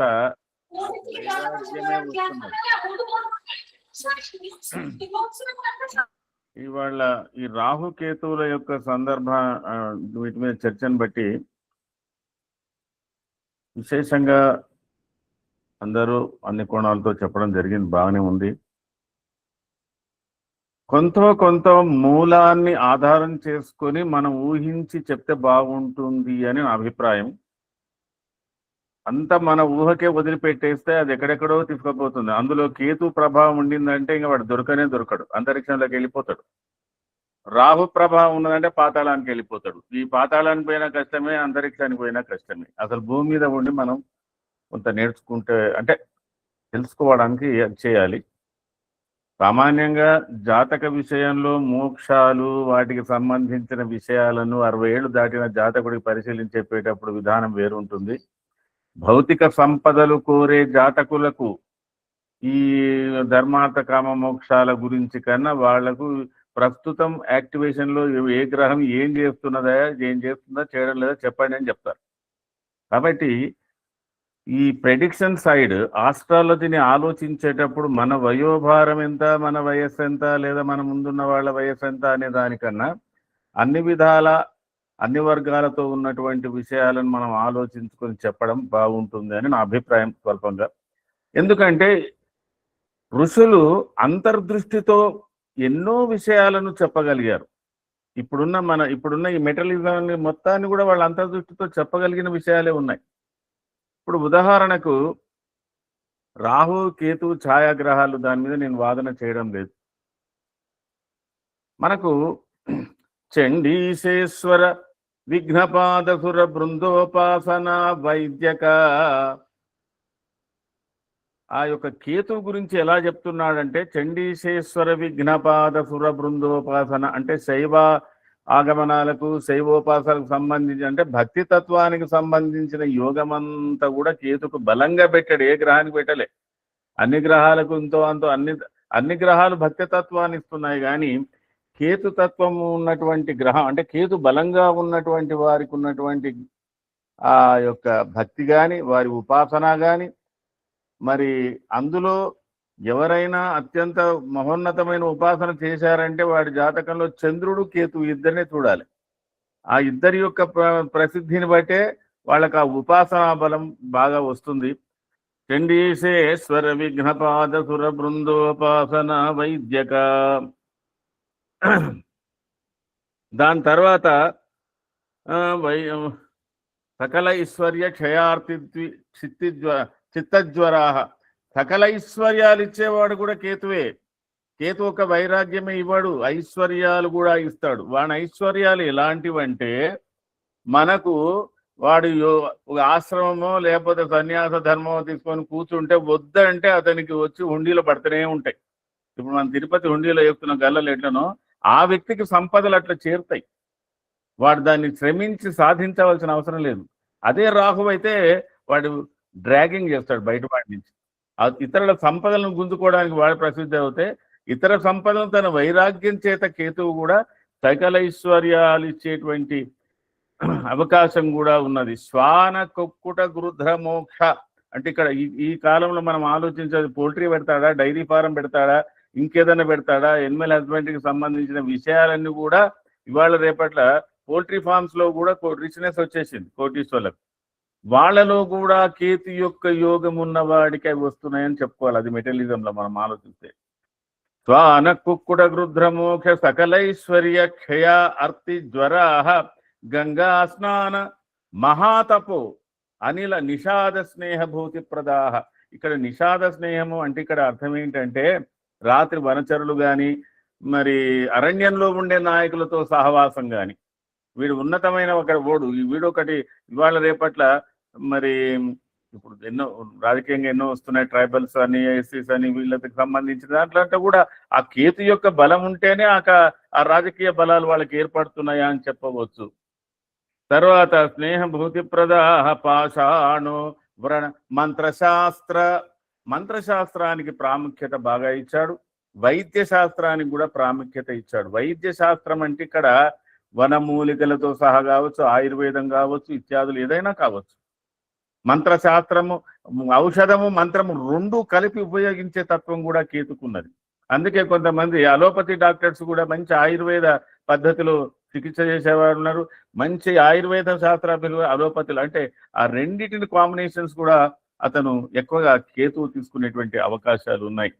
తర్వాత కుక్షి అక్షి అర్తి కంటికి సంబంధించింది, కడుపుకు సంబంధించినటువంటి దాంట్లో కూడా మెడికల్ ఆస్ట్రాలజీలో తీసుకుంటే కేతువు కుక్షుక్షార్తి జడత్వానికి కూడా కదలాడు. ఎంత ముద్దురాయరా ఆయన, ఎన్ని చెప్పినా వినడు, ఏం చెప్పినా వినడు అనే ఆ జడత్వం కూడా ఈ కేతు యొక్క లక్షణంతోనే వస్తుంది. జడత్వ కంటక మృగజ్ఞానాన్ని ఇక్కడ ఒక ప్రత్యేకత ఉందండి. మృగజ్ఞానము అంటే ఇక్కడ నేను దాన్ని విడదీ చెప్పడం లేదు కానీ కలిపే చెప్తున్నాను. పక్షుల యొక్క అరుపులు, పక్షుల యొక్క కూతలకు సంబంధించినటువంటి పరిజ్ఞానం. ఎందుకంటే ఋషులు అరణ్యంలో తపస్సు చేసుకుంటున్నప్పుడు వాళ్లకు కోకిల ఏ శబ్దం, ఏ జంతువు యొక్క శబ్దాన్నైనా దాని యొక్క అర్థం ఏమిటి, దాని యొక్క అది కష్టం ఏంటి, సుఖం ఏంటి తెలుసుకునేటువంటి లక్షణాలు ఆ ఋషులకు ఉండేది. కాబట్టి ఇక్కడ కూడా మృగజ్ఞానము అంటే ఇక్కడ వనచరాదులకు సంబంధించిన భాషా పరిజ్ఞానం, వాటికి సంబంధించినటువంటి అరుపులకు సంబంధించినటువంటి విశేషాలు కూడా లోతుగా తెలుసుకోవాలనడానికి కారకత్వంలో కూడా కేతువు బ్రహ్మాండంగా పనిచేస్తున్నాడు. మృగజ్ఞానాని దివ్యౌషధం అల్పభుక్ అన్నాడండి. కేతువు ఎవరికైనా ద్వితీయంలో కానీ ఇక్కడ ఉంటే తొందరగా తినేస్తాడండి. వాడు నిదానంగా తినడు, చాలా హితం మితం అన్ని మాట ఈట అంతా హితభుక్ అంటారు, మితభుక్ అంటారు. స్వల్పంగా తినేటువంటి లక్షణాలు కూడా కొన్ని ఉన్నాయి.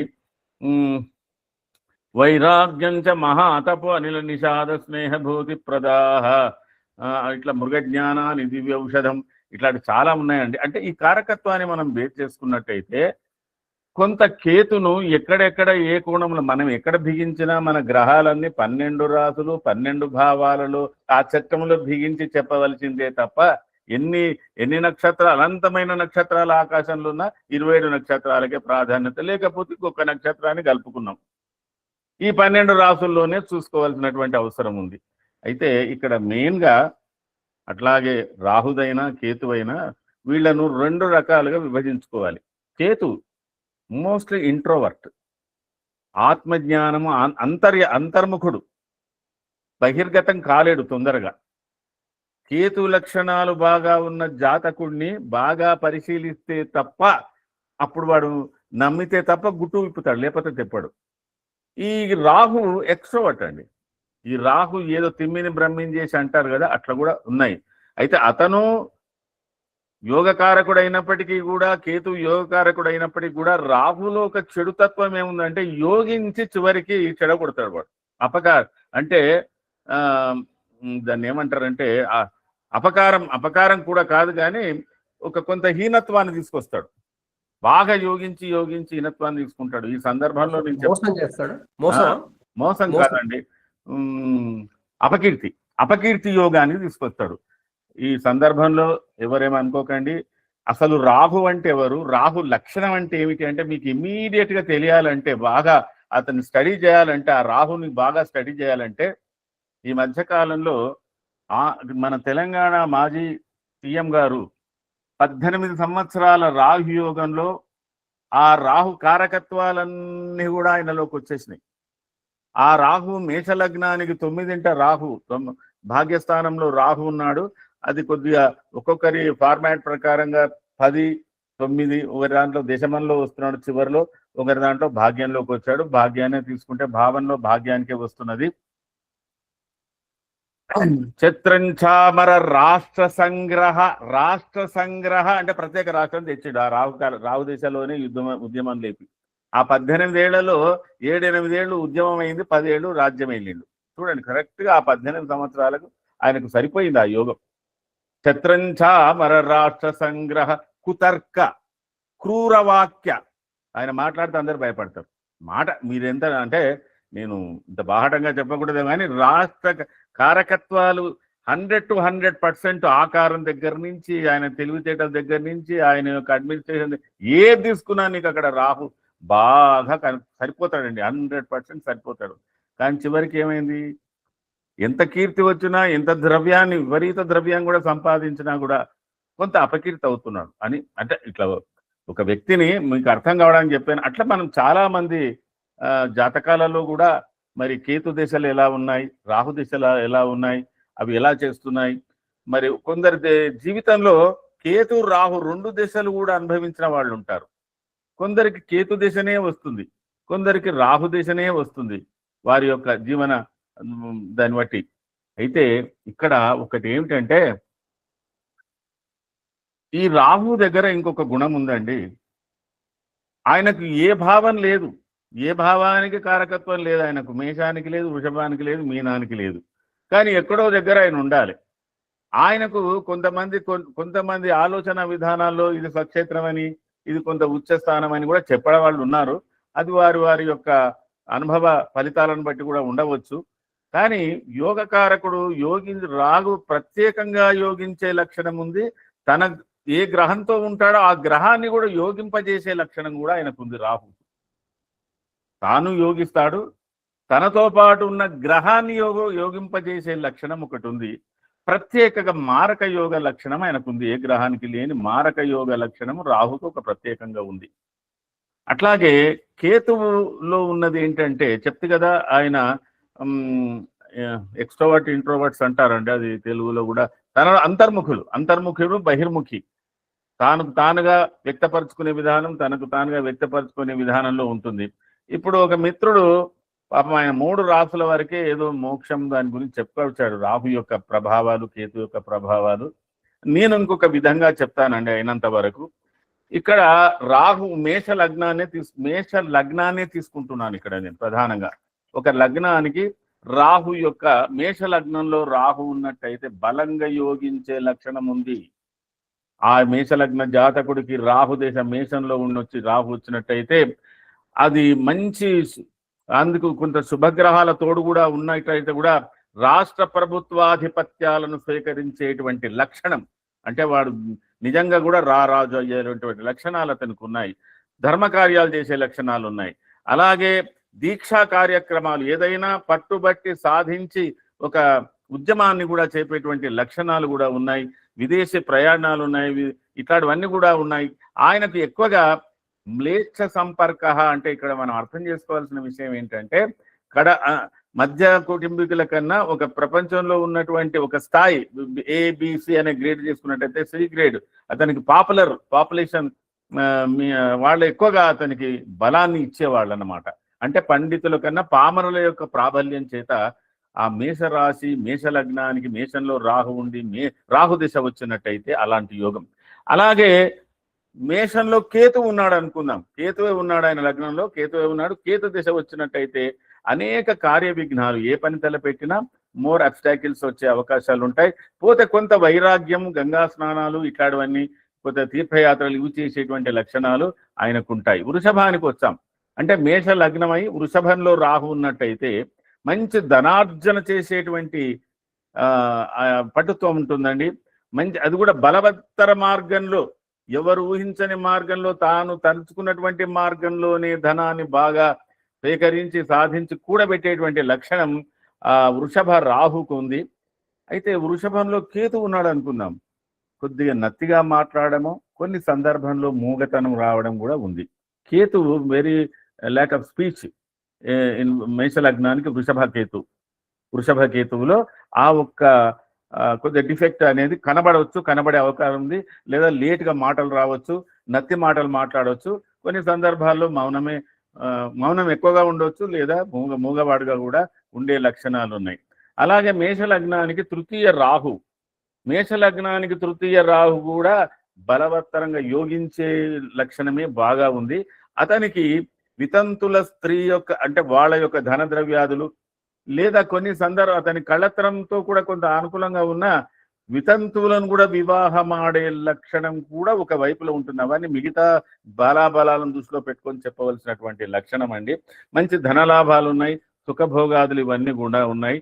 ఒకవేళ మిథునంలో కేతువు అంటే మేషలగ్నానికి తృతీయ కేతువు ఉన్నట్టయితే మంత్రశాస్త్రంలో మహానిపుణుడు, మూలికా వైద్యంలో మహానిపుణుడు, అతనికి అనేకమైన చెట్లు ఔషధాల గురించినటువంటి పరిజ్ఞానం బాగా వస్తుంది ఆ యొక్క జాతకుడికి అని తెలుసుకోవాలి. మేషలగ్నానికి రాహువు 4 కర్కాటక రాహు. అయితే రాహుకు ఒకటి ఉందండి, తుంగరాహు బలోపేతనున్నది. సామాన్యంగా చతుర్థ రాహు, లగ్నానికి చతుర్థ రాహువు యోగిస్తాడు బాగా అని ఒక సూత్రం కూడా ఉంది. అయితే అందులో మేషలగ్నానికి చతుర్థ కర్కాటక రాహు విపరీతమైన రాజయోగం అని ఇచ్చేటువంటి లక్షణం బాగా ఉంది. దానివల్ల తానొక్కడే కాకుండా తన వాళ్ళను కూడా పైకి తెచ్చేటువంటి లక్షణాలు ఉన్నాయి.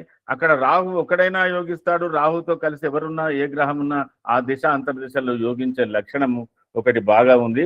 ఒకవేళ కేతువు మేషలగ్నానికి కర్కాటకంలో కేతువు ఉన్నట్టయితే ముందు చేసే పని వెనక, వెనక చేసే పని ముందు, ఏది చేయకూడదు అది చేయడం, ఏది చేయాలనుకుంటే అది చేయలేకపోవడం, బాగా దైవీభావ లక్షణాలతో ఉండేటువంటి లక్షణము ఆ కర్కాటక కేతువుకు ఒకటి ఉంది. మేషలగ్నానికి 5వ రాహు, ఇది కొద్దిగా కోణస్థితిలో ఉన్న, ఇది శుభగ్రహాలు తోడైతేనే తప్ప రాహు దిశ యోగించే లక్షణం ఉంది. లేకపోతే రాహు కొంత బలహీనం, అంటే కొద్ది ఇబ్బందులు పెట్టేటువంటి లక్షణాలు ఉన్నాయి. అతనికి సంతానాలు, వ్యాపారాలు, రాజకీయాలలో అప్స్ అండ్ డౌన్స్ ఎక్కువగా ఉండే అవకాశాలు ఉన్నాయి. శుభగ్రహ దృష్టి ఉంటే కొంతవరకు అది యోగించవచ్చు. అదే తర్వాత కేతు 5వ ఉన్నాడు అనుకోండి మేషలగ్నానికి, దేశాటనం చేస్తాడు, లేదా కొద్దిగా శరీర పీడలు, వేధలు ఉంటాయి. అన్య దేశంలో కొంత ఉండే అవకాశాలు, సంపాదించుకునేటువంటి అవకాశాలు 5వ కేతు. అదే మేషలగ్నానికి 6వ రాహు, కన్యా రాహు మేషలగ్నానికి బలమైన యోగకారకుడు. అది ఎంత అంటే అది విపరీతంగా ఎంత చేయాలనో అంత యోగించేటువంటి లక్షణం ఉంటుంది ఆయనకు. అదొకటి మనం గమనించవలసినటువంటి విషయం. అంటే తన ప్రతిభాశాలిగా, తన ప్రతిభ చేత తన ప్రతిభను నిరూపించుకొని సమాజంలో బాగా గట్టిగా నిలబడే ఉద్యోగంలో కావచ్చు, ఎందులోనైనా కావచ్చు, ఆ దశలు వస్తాయి. అది మహాదశ అయి ఉండాలి, మేష లగ్నం అయి ఉండాలి, అతనికి మహాదశ రాహుదశ రావాలి, మహాదశ లేదా అంతర్దశలో కూడా యోగించేటువంటి లక్షణాలు ఉన్నాయి. బాధ్యతలపై కూడా అంత బాగా ఉంటుంది, తన ప్రతిభను చాటుకుంటాడు. ఒకవేళ కేతు ఉన్నాడు అనుకోండి, తప్పకుండా పలాయనం చిత్తగిస్తాడు, బాధ్యతల నుంచి పలాయనం చిత్తగించి ఇంకోటి వాడి మడిలో పడేస్తాడు వాడు. అది ఒక కథ. ఇక తర్వాత బంధువులతోటి కొద్దిగా విరోధము, అది ఎట్లా అంటే ఇక చెప్పుకునేది కొద్దిగా కష్టం, అంటే అంత ఇబ్బంది కాదు కానీ కొద్దిగా డిఫికల్ట్ ఉంటుంది ఆయనకి ఈయనకు. అలాగే మేషలగ్నానికి సప్తమ రాహు, మేషలగ్నానికి సప్తమ రాహు కూడా ఇక్కడ విశేషంగా ఏం చెప్పిండంటే ఆయనకు బద్ధకస్తురాలైన భార్య దొరుకుతుంది అని ఉన్నది.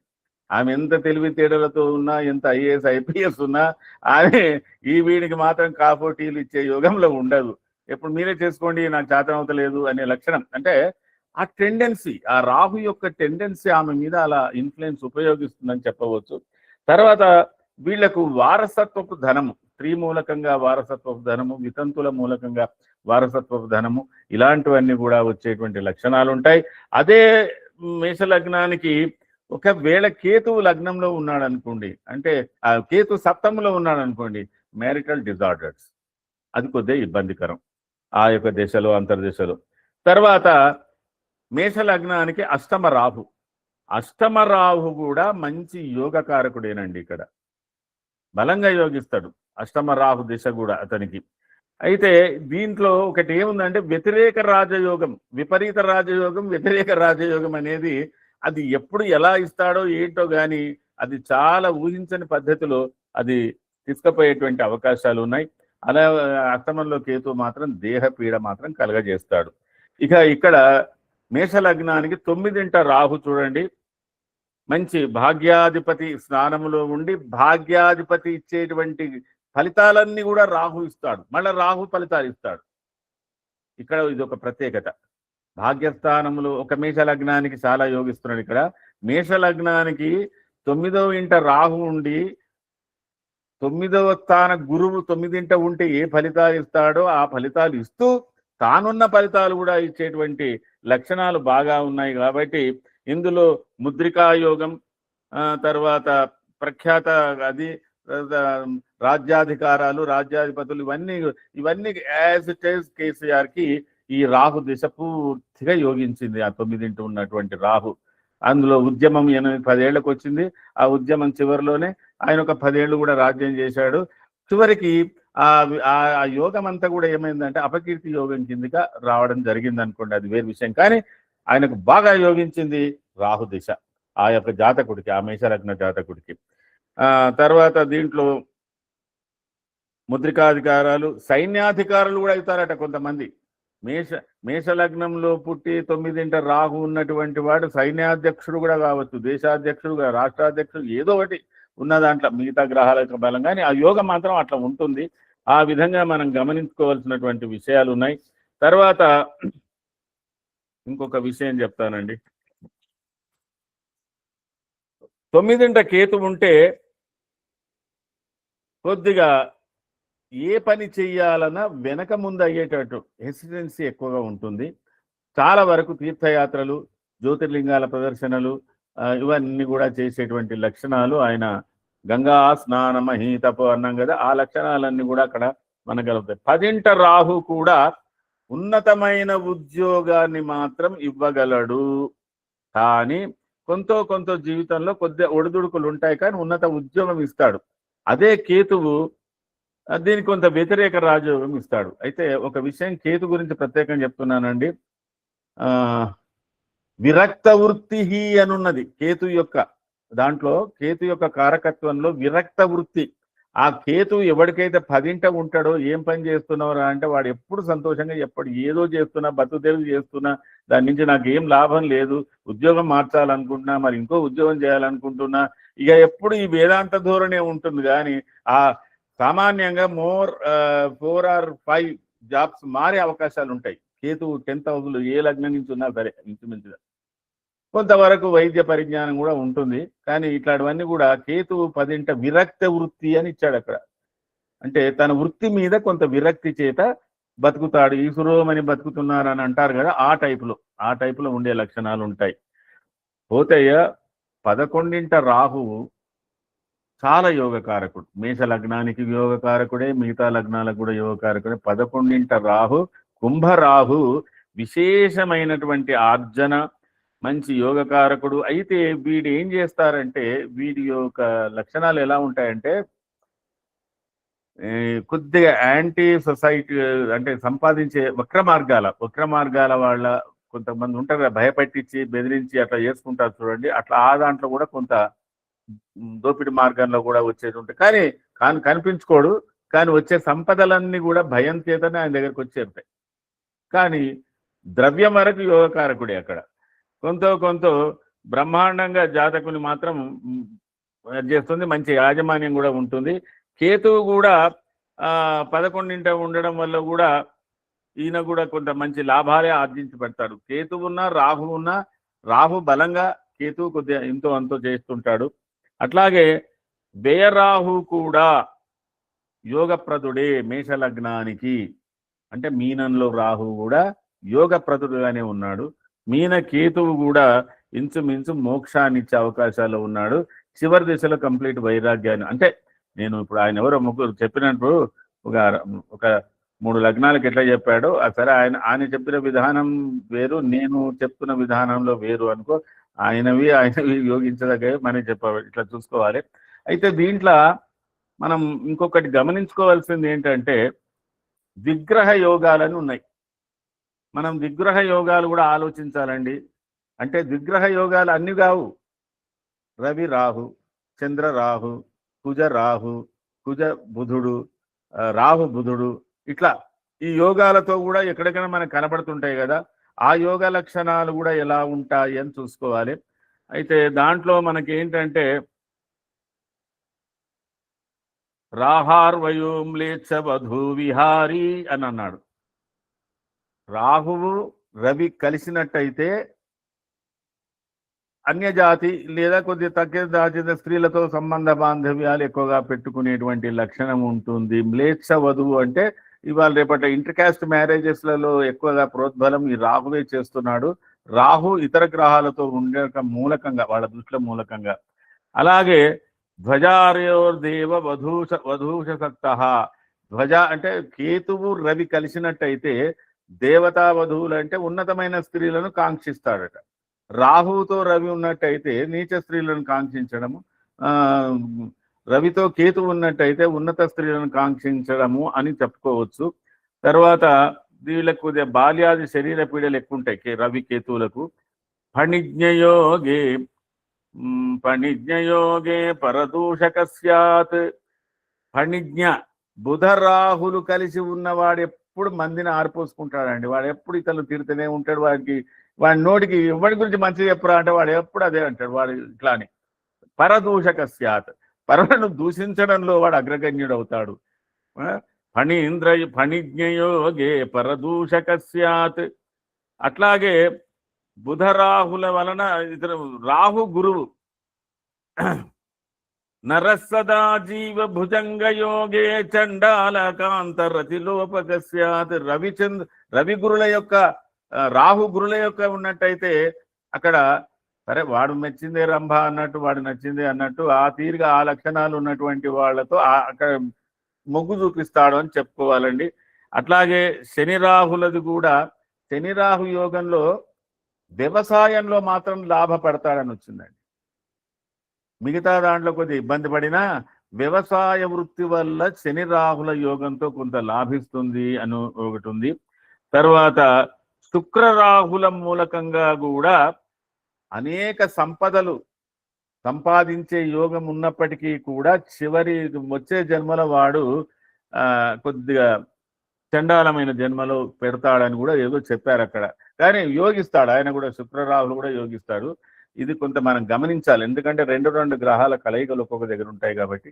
ఇంకొక విషయం అండి, ఇది అనుభవంలో మనం తెలుసుకోవాల్సిన విషయం. ఒక జాతక చక్రంలో గురువుకు రాహు 12 ఉంటున్నా, శనికి రాహు 12 ఉంటున్నా, చంద్రుడికి రాహు 12 ఉంటున్నా జాతకంలో వాడి వివాహం అప్పుడు కానీ ఉపనయనం అప్పుడు కానీ ఎవరో ఒకరు అత్యంత సన్నిహితులు లేదా తండ్రి సమాన, తల్లి సమాన, మాత ఎవరో ఒకరు మాత్రం గతిస్తే తప్ప వాడి పెళ్లి కాదు. గుర్తుపెట్టుకోండి. పెళ్లి ఎందుకు ఆలస్యాలు అవుతున్నాయి అంటే ఒకటి ఓ సూత్రం ఉంది కదా, వెంకి పెళ్లికి చూపించావు అన్నట్టు ఏదో అట్లా.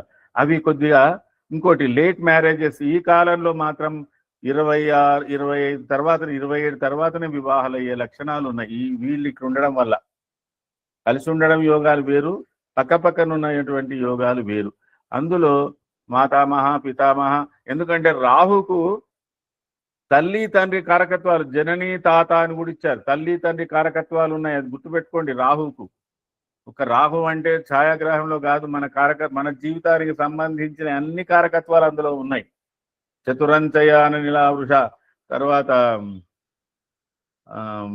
ఇంకోటి అపసవ్య లిపి లిఖేత్. అపసవ్య లిపి, కొన్ని పనులు అపసవ్యంగా చేస్తాడు. వాడి రాత కొంతమందికి ఎడమ చేతో రాసే లక్షణాలు ఉన్నటువంటి వాళ్ళకు కూడా రాహు ప్రబల యోగకారు అది ఉంటాడు అనమాట. అసురవర దశాయ అన్యగేహే నివాస పరధన వసనాప్తిర్భోజనం చాన్యగేహే విషభయమతి పీడా దైహికీ విత్తహాని బహుజన కలవోహ దీనత రోగభీతి. ఒకవేళ రాహు బలహీన పడితే ఏం చేస్తాడా అంటే అన్యదేశ నివాసమో, అన్యుల ఇంట్లో ఉండడమో, కొన్ని రోజులు ఉండడమో, వాళ్ళు పెట్టింది తినడమో, వాళ్ళకి పరిచర్యలు చేయడమో, దీనత్వంగా ఉండడము, ఇట్లాంటివన్నీ చేస్తాడు. ఒకవేళ ఆయన బలవంతుడు యోగ అయితే నీకు అన్ని యోగాలు బ్రహ్మాండంగా ఇస్తాడు.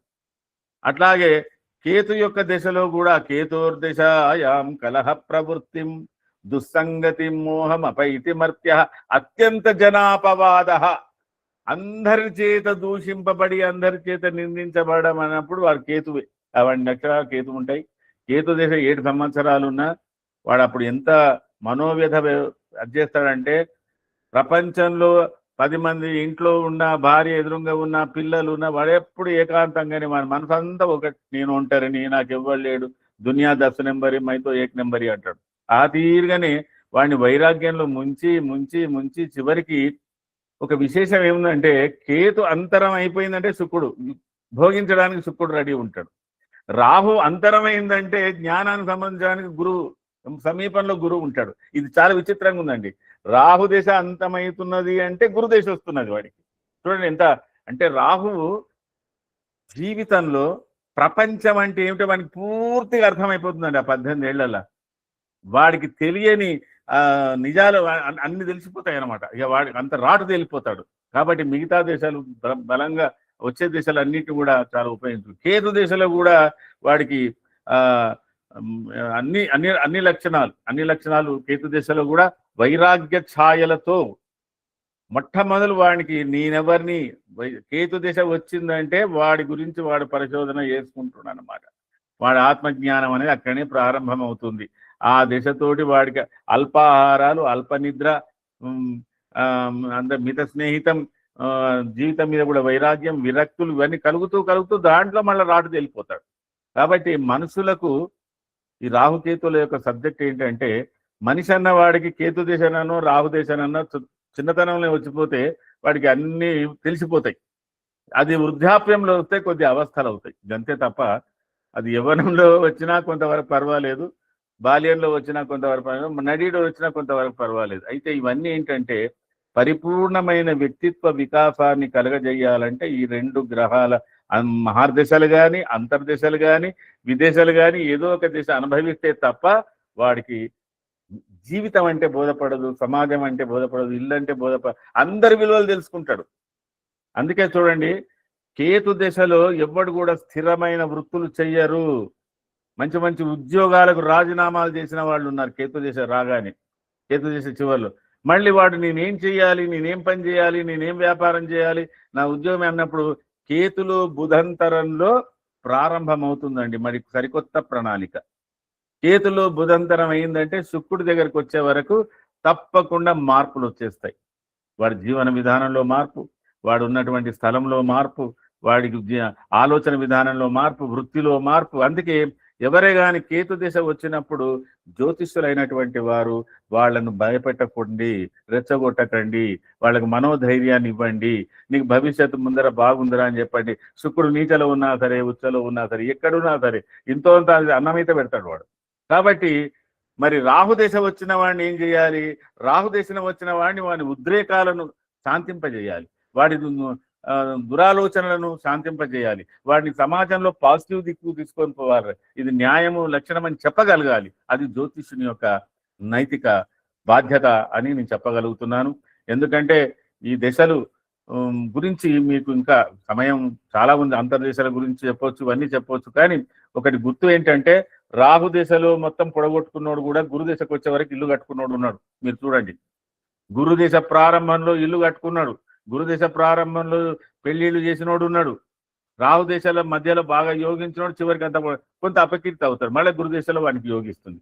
కేతు దశ చివరిలోకి వచ్చిన వాడికి శుక్ర దశ యోగిస్తుంది. ఇంతో అంత అది ఎప్పుడన్నా రాని ఏదన్నా చేయని. కాబట్టి ఈ యొక్క గ్రహాలు మన యొక్క జీవితంలో, జీవితమే ఒక నాటకం అంటున్నారు కదా, రంగుల రాట్నం లాగా ఈ గ్రహాలన్నీ మనం రంగుల రాట్నం లాగా అది చేస్తుంటాయి. కాబట్టి ఈ రాహు కేతువుల యొక్క వలయంలో మనం తిరుగుతూనే ఉంటాం, ఆ గ్రహాలు ఎప్పుడొచ్చినా ఏదొచ్చినా.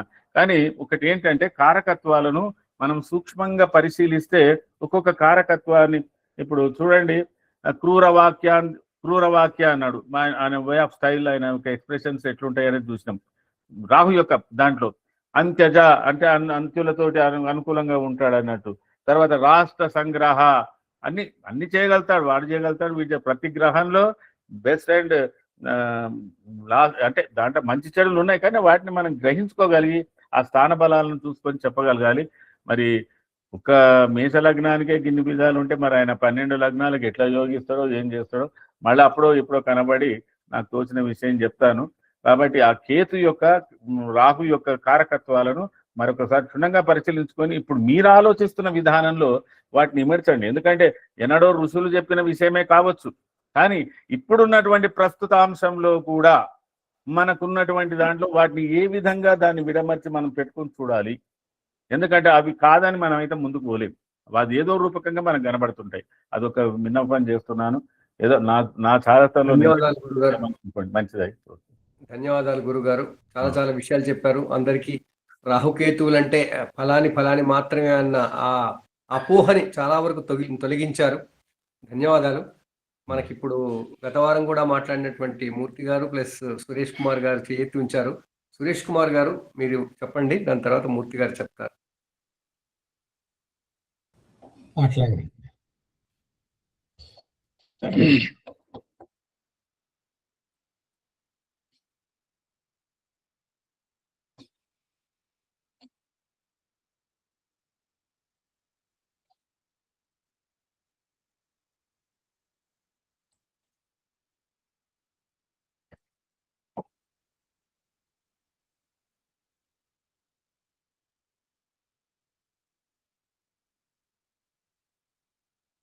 అనిపిస్తుందండి స్క్రీన్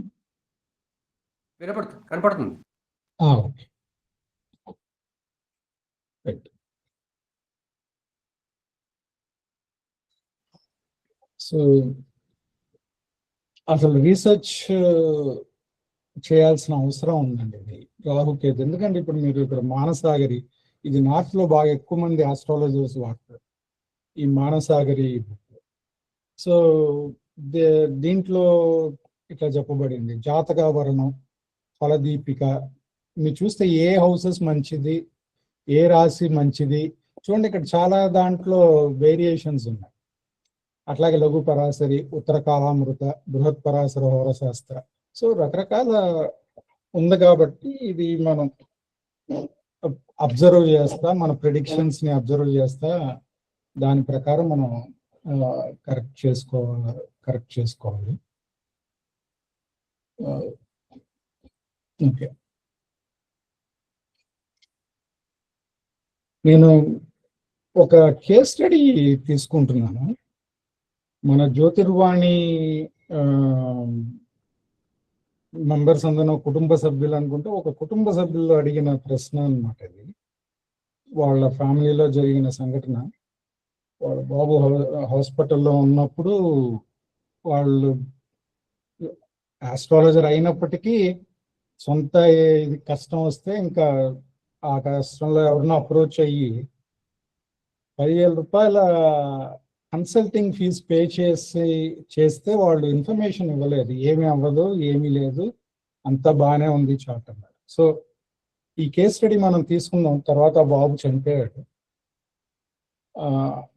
సో ఈ కేస్ స్టడీ అంటే మన డిస్కషన్ మొన్న వారం అయ్యాక నాకు ఇది కొంచెం చెప్తారా అంటే ఈ కేస్ స్టడీ తీసుకున్నాను అనమాట.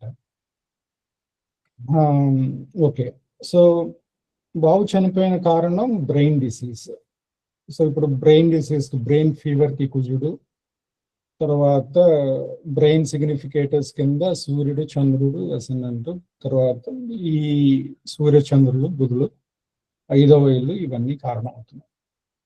సరే, ఇది బాబు యొక్క నాటల్ షాట్. సురేష్ గారు, మీరు స్క్రీన్ ప్రజెంట్ చేస్తున్నారా? చార్ట్ అని చూపిస్తున్నారా? చూపిస్తున్నానండి. అవ్వలేదు, కనపడలేదు. కనపడుతుంది. కనిపిస్తుందా? ఓన్లీ కనిపిస్తుంది ఇక్కడ. కనిపిస్తుందండి. Okay okay right. నాకేమైంది మరి? ఓకే, ఒక్కసారి హైడ్ మీద క్లిక్ చేస్తారా? లైక్ సరే, నేను ఒకసారి మళ్ళీ స్టాప్ చేస్తాను. నాకు కూడా కొంచెం ఇదిగానే ఉంది, మళ్ళీ ప్రెజెంట్ చేస్తాను, ఎందుకంటే ఇది ముఖ్యమైన ఇది. సో అందుకనే నేను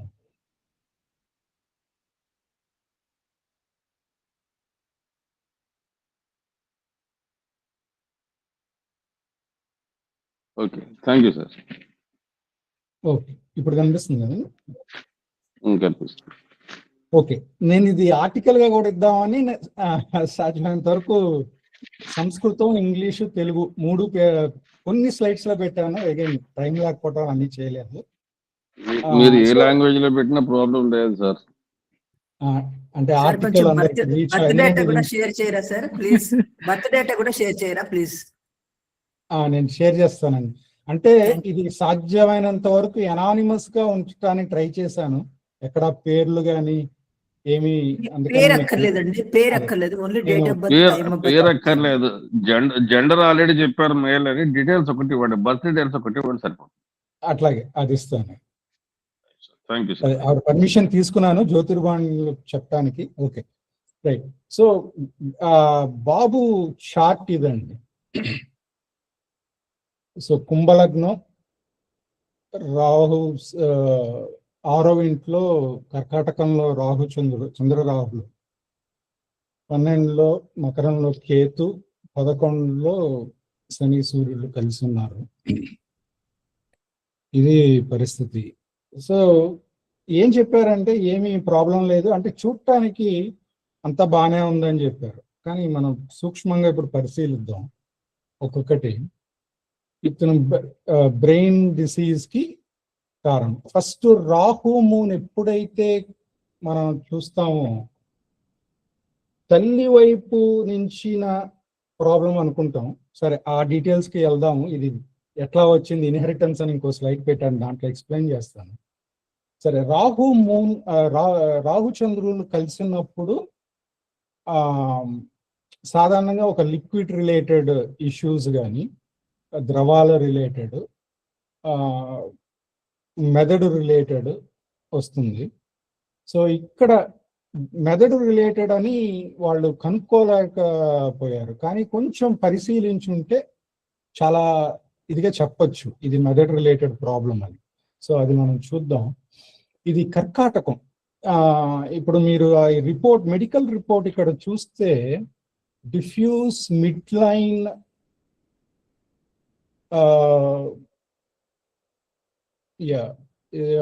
డిఫ్యూజ్ మిడ్ లైన్ అని ఉంది కదా. ఈ మిడ్ లైన్ అంటే మధ్య భాగం అన్నమాట. సో ఇక్కడ ఇప్పుడు దానికి ఆ టర్మినాలజీకి దాని రిలేటెడ్ అంతా మనం ఇక్కడ అనాలిసిస్ చేద్దాం. ఇప్పుడు చూడండి, కర్కాటకం మధ్య భాగం. తర్వాత ఇక్కడ ఈ 2 ఎక్లిప్స్ అవటం వల్ల నాడీ బలహీనత తెలియజేస్తుంది. రాహు ఏంటంటే జూపిటర్ ఎక్స్పాన్షన్ ఇస్తాడు. ఇది రాహు ఎట్లా ఉంటుందంటే అసాధారణ వృద్ధి అన్నమాట. సో అది కలగజేస్తాడు ఇక్కడ. తర్వాత ఇక్కడ 7th హౌస్ లార్డ్ సూర్యుడు. సో ఆయన కూడా మారకుడు కదా. సో ఆయన ఎవరితో కలిసి ఉన్నాడంటే శాటన్తో కలిసి ఉన్నాడు. సో అందుకనే సాధారణంగా ఆత్మకారకుడి కింద సూర్యుని చెప్తాం. ఆయన ప్రాణాన్ని ఇవ్వలేకపోయాడు, ఎందుకంటే దీనికి అడ్డంకి సూర్యస్ అని కలిసి ఉండటం. తర్వాత మరి 2వ అధిపతి జూపిటర్ కదా. ఇక్కడ జూపిటర్ మెర్కురీతో కలిసి ఉన్నాడు. సో ఈ జూపిటర్ చాలా ఇంపార్టెంట్ రోల్ ప్లే చేశారనమాట. అది కూడా మన చెప్తాను. ఇక్కడ కుజుడు యొక్క అవస్థ చూస్తే మృత అవస్థలో ఉన్నాడు. అట్లాగే ఇక్కడ చంద్రుడు లజితాది అవస్థలో ఉన్నాడు. సరే, ఇవి కొన్ని అడిషనల్ పాయింట్స్. తర్వాత ఇప్పుడు ఇంకొక పాయింట్, ద్రకాణం. ఇక్కడ కూడా వరాహమిహిరుడు, బాలభద్రుడు, వైద్యనాథుడు వీళ్ళు చెప్పిన దాంట్లో కొన్ని డిఫరెన్స్ అంటే కొన్ని తేడాలు ఉన్నాయి. అందుకనే నేను వీళ్ళు ఏం చెప్పారు అన్నది 3 చెప్పారు. ఇక్కడ 3 తీసుకొని ఈ చార్ట్కి వరాహమిహిరుడు చెప్పిన దాని ప్రకారం ఏ గ్రహం సర్పద్రకాణంలో పడుతుందో అన్నది మనం చూసాం అనమాట. సో చూసి ఇప్పుడు చూడండి, ఆ 3 నేను తీసుకున్నా. ఇప్పుడు వరాహమిహిరుడు ప్రకారం చంద్రుడు, బృహస్పతి వీళ్ళిద్దరు ఉన్నారు. బాలభద్రుడు ప్రకారం చంద్రుడు, జూపిటర్, రాహు ఇది. సో వీళ్ళు గనక ఈ సర్పద్రకాణంలో ఉంటే ఏంటి పరిస్థితి అన్నది నేను ఇక్కడ బాలభద్రుడు ఎందుకు దీన్ని చెప్పుకుంటాడు అన్నదాన్ని కూడా ఇక్కడ కొంచెం ఇవ్వటం జరిగింది. సో ఈ ద్రకాణం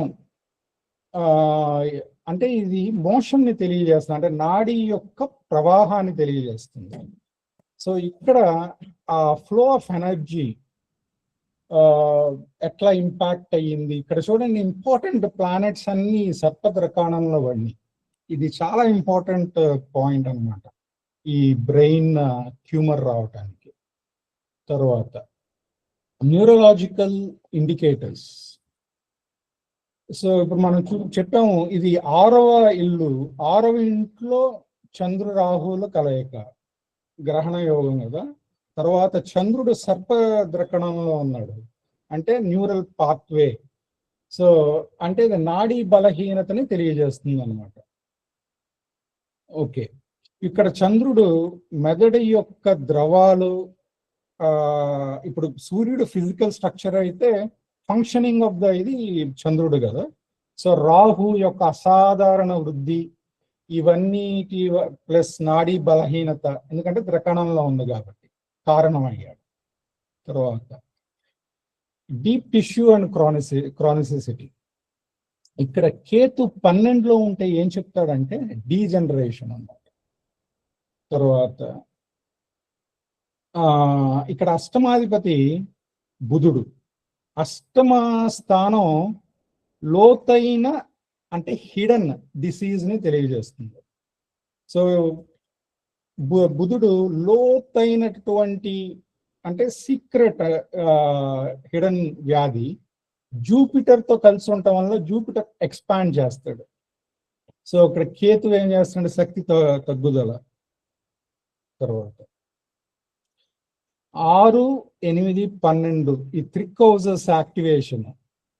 6th లోనేమో మూన్ రాహు, 8లో మెర్కురీ ఇన్ స్కార్పియో, 12లో కేతు. సో 3 గ్రహాలు ఉన్నాయి కదా, 3 యాక్టివేట్ ఎట్లా అయినాయో కూడా నేను చూపిస్తాను. తర్వాత దశా సీక్వెన్స్. ఈ బాబు చనిపోయినప్పుడు ఉన్న దశ నేను ఒకసారి చెప్పాలనా సార్ కొద్దిగా? నేను అంటే శనిలో రవి దశ, గురు బుధ దశలో. Dhananjay don't disturb. Mercury Rahu Jupiter Saturn ఈ దశలో చనిపోయారు. చూడండి ఇక్కడ మీరు ఇక్కడ కనెక్ట్ చేయొచ్చు, అన్ని క్లియర్ గా కనెక్ట్ అవుతున్నాయి. చూడండి, బుధ దశ అష్టమాధిపతి కదా, లోతైన వ్యాధి ప్రక్రియ. రాహు 6వ ఇల్లు, వ్యాధి పెరుగుదల. గురువు సర్పద్రకాణంలో నాడీ వ్యవస్థ, ఇది బలహీనం అవటం వల్ల వ్యాధి విస్తరణ. తర్వాత శని ద్వాదశ అవటం వల్ల శరీర శక్తి తగ్గుదల, ఎందుకంటే సూర్యుడితో కలిసి ఉండటం తగ్గించడం. సో ఇక్కడ ఇది దశా సీక్వెన్స్. ఇప్పుడు మనం ఇంకొన్ని పాయింట్స్ తర్వాత అస్థిరత, సో ఇవి చెప్పుకున్నాం కదా. ఇంకొన్ని పాయింట్స్ ఇన్హెరిటెన్స్, నేను టైం లేకపోవటం వల్ల ఎక్స్పాండ్ చేయలేదు. అందుకనే ప్రతి ఒక్కళ్ళు చాలా, ఎస్పెషలీ మన ఆస్ట్రాలజర్స్ ఇంకా కొంచెం కేర్ఫుల్గా ఉండాలి. 7 తరాలు చూడండి అంటారు. 7 తరాలు ఎందుకు చూడాలి? ఎందుకంటే 7 తరంలో ఒక్క మహానుభావుడు ఉన్నా అతను ప్రొటెక్ట్ చేస్తాడు అన్నమాట. వాళ్ళ ఇక్కడ చూద్దాము, ఇది తల్లి గారి చార్ట్, ఇది తండ్రి గారి చార్ట్, ఇది ఇక్కడ. సో ఫస్ట్ ఇప్పుడు తండ్రి గారి చార్ట్ లో చూద్దాం. ఇక్కడ చూస్తే రాహు, ఇక్కడ చూడండి, రాహు మార్స్,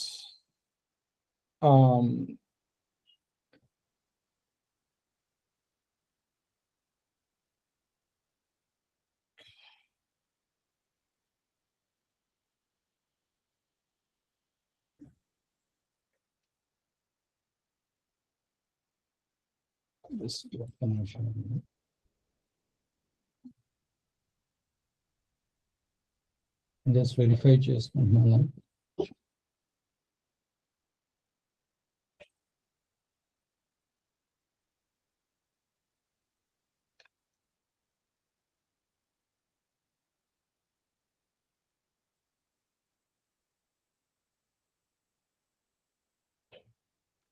బ్రీఫ్ గా మీ సమ్మరీ చెప్పండి సార్. ఓకే, టైం కూడా లేదు. ఓకే, ఇది నేను చెప్తాను. ఒక పాయింట్ ఒకటి ఉందండి, అది ఏంటంటే రాహు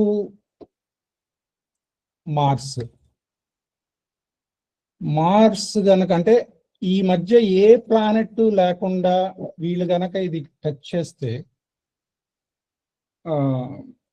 టచ్ చేయటం వల్ల దాన్ని ఏమంటారంటే 2 కాన్సెప్ట్స్ ఉన్నాయి. ఒకటి పుత్ర శోకం అని, అంటే పుత్రుడు ఇది పడుతుంది అనమాట, దానివల్ల ఇంపాక్ట్ పడుతుంది. సో ఆ రూల్ ఇక్కడ అప్లై అవుతుంది, ఎందుకంటే డిగ్రీస్ నేను వెరిఫై చేసుకున్నాను. తర్వాత అంటే ఈ ఆ పుత్ర శోకంకి కలిగించే ఒక ఇంపార్టెంట్ పాయింట్ అది. ఓకే, తర్వాత ఇంకా చూస్తే ఇంకా ఇక్కడ చూడండి, ఇక్కడ చాలా కాంబినేషన్స్. ఇక్కడ కూడా పేరెంట్ నుంచి మీకు చాలా కాంబినేషన్స్ కనిపిస్తుంది. ఇక్కడ కూడా చూడండి, మార్స్ కి రాహుకి మధ్య ఇది లేదు. తర్వాత డేట్ ఆఫ్ బర్త్, ఇది అగైన్ ట్రాన్సిట్ చార్ట్ కదా. సో అగైన్ మనం తారాబలం హారోస్కోప్ లో పనిచేస్తుందా, అప్లై అవుతుందా అంటాం. ఇక్కడ అప్లై అవుతుందా అనడానికి ఇది ఒక ఎగ్జాంపుల్. ఎందుకంటే ఇక్కడ చూడండి, ధనిష్ట నక్షత్రంలో ఉంది లగ్నం, చనిపోయినప్పుడు కూడా ఇక్కడ తారాబలం చనిపోయినప్పుడు నక్షత్రం చూస్తే ధనిష్ట. తర్వాత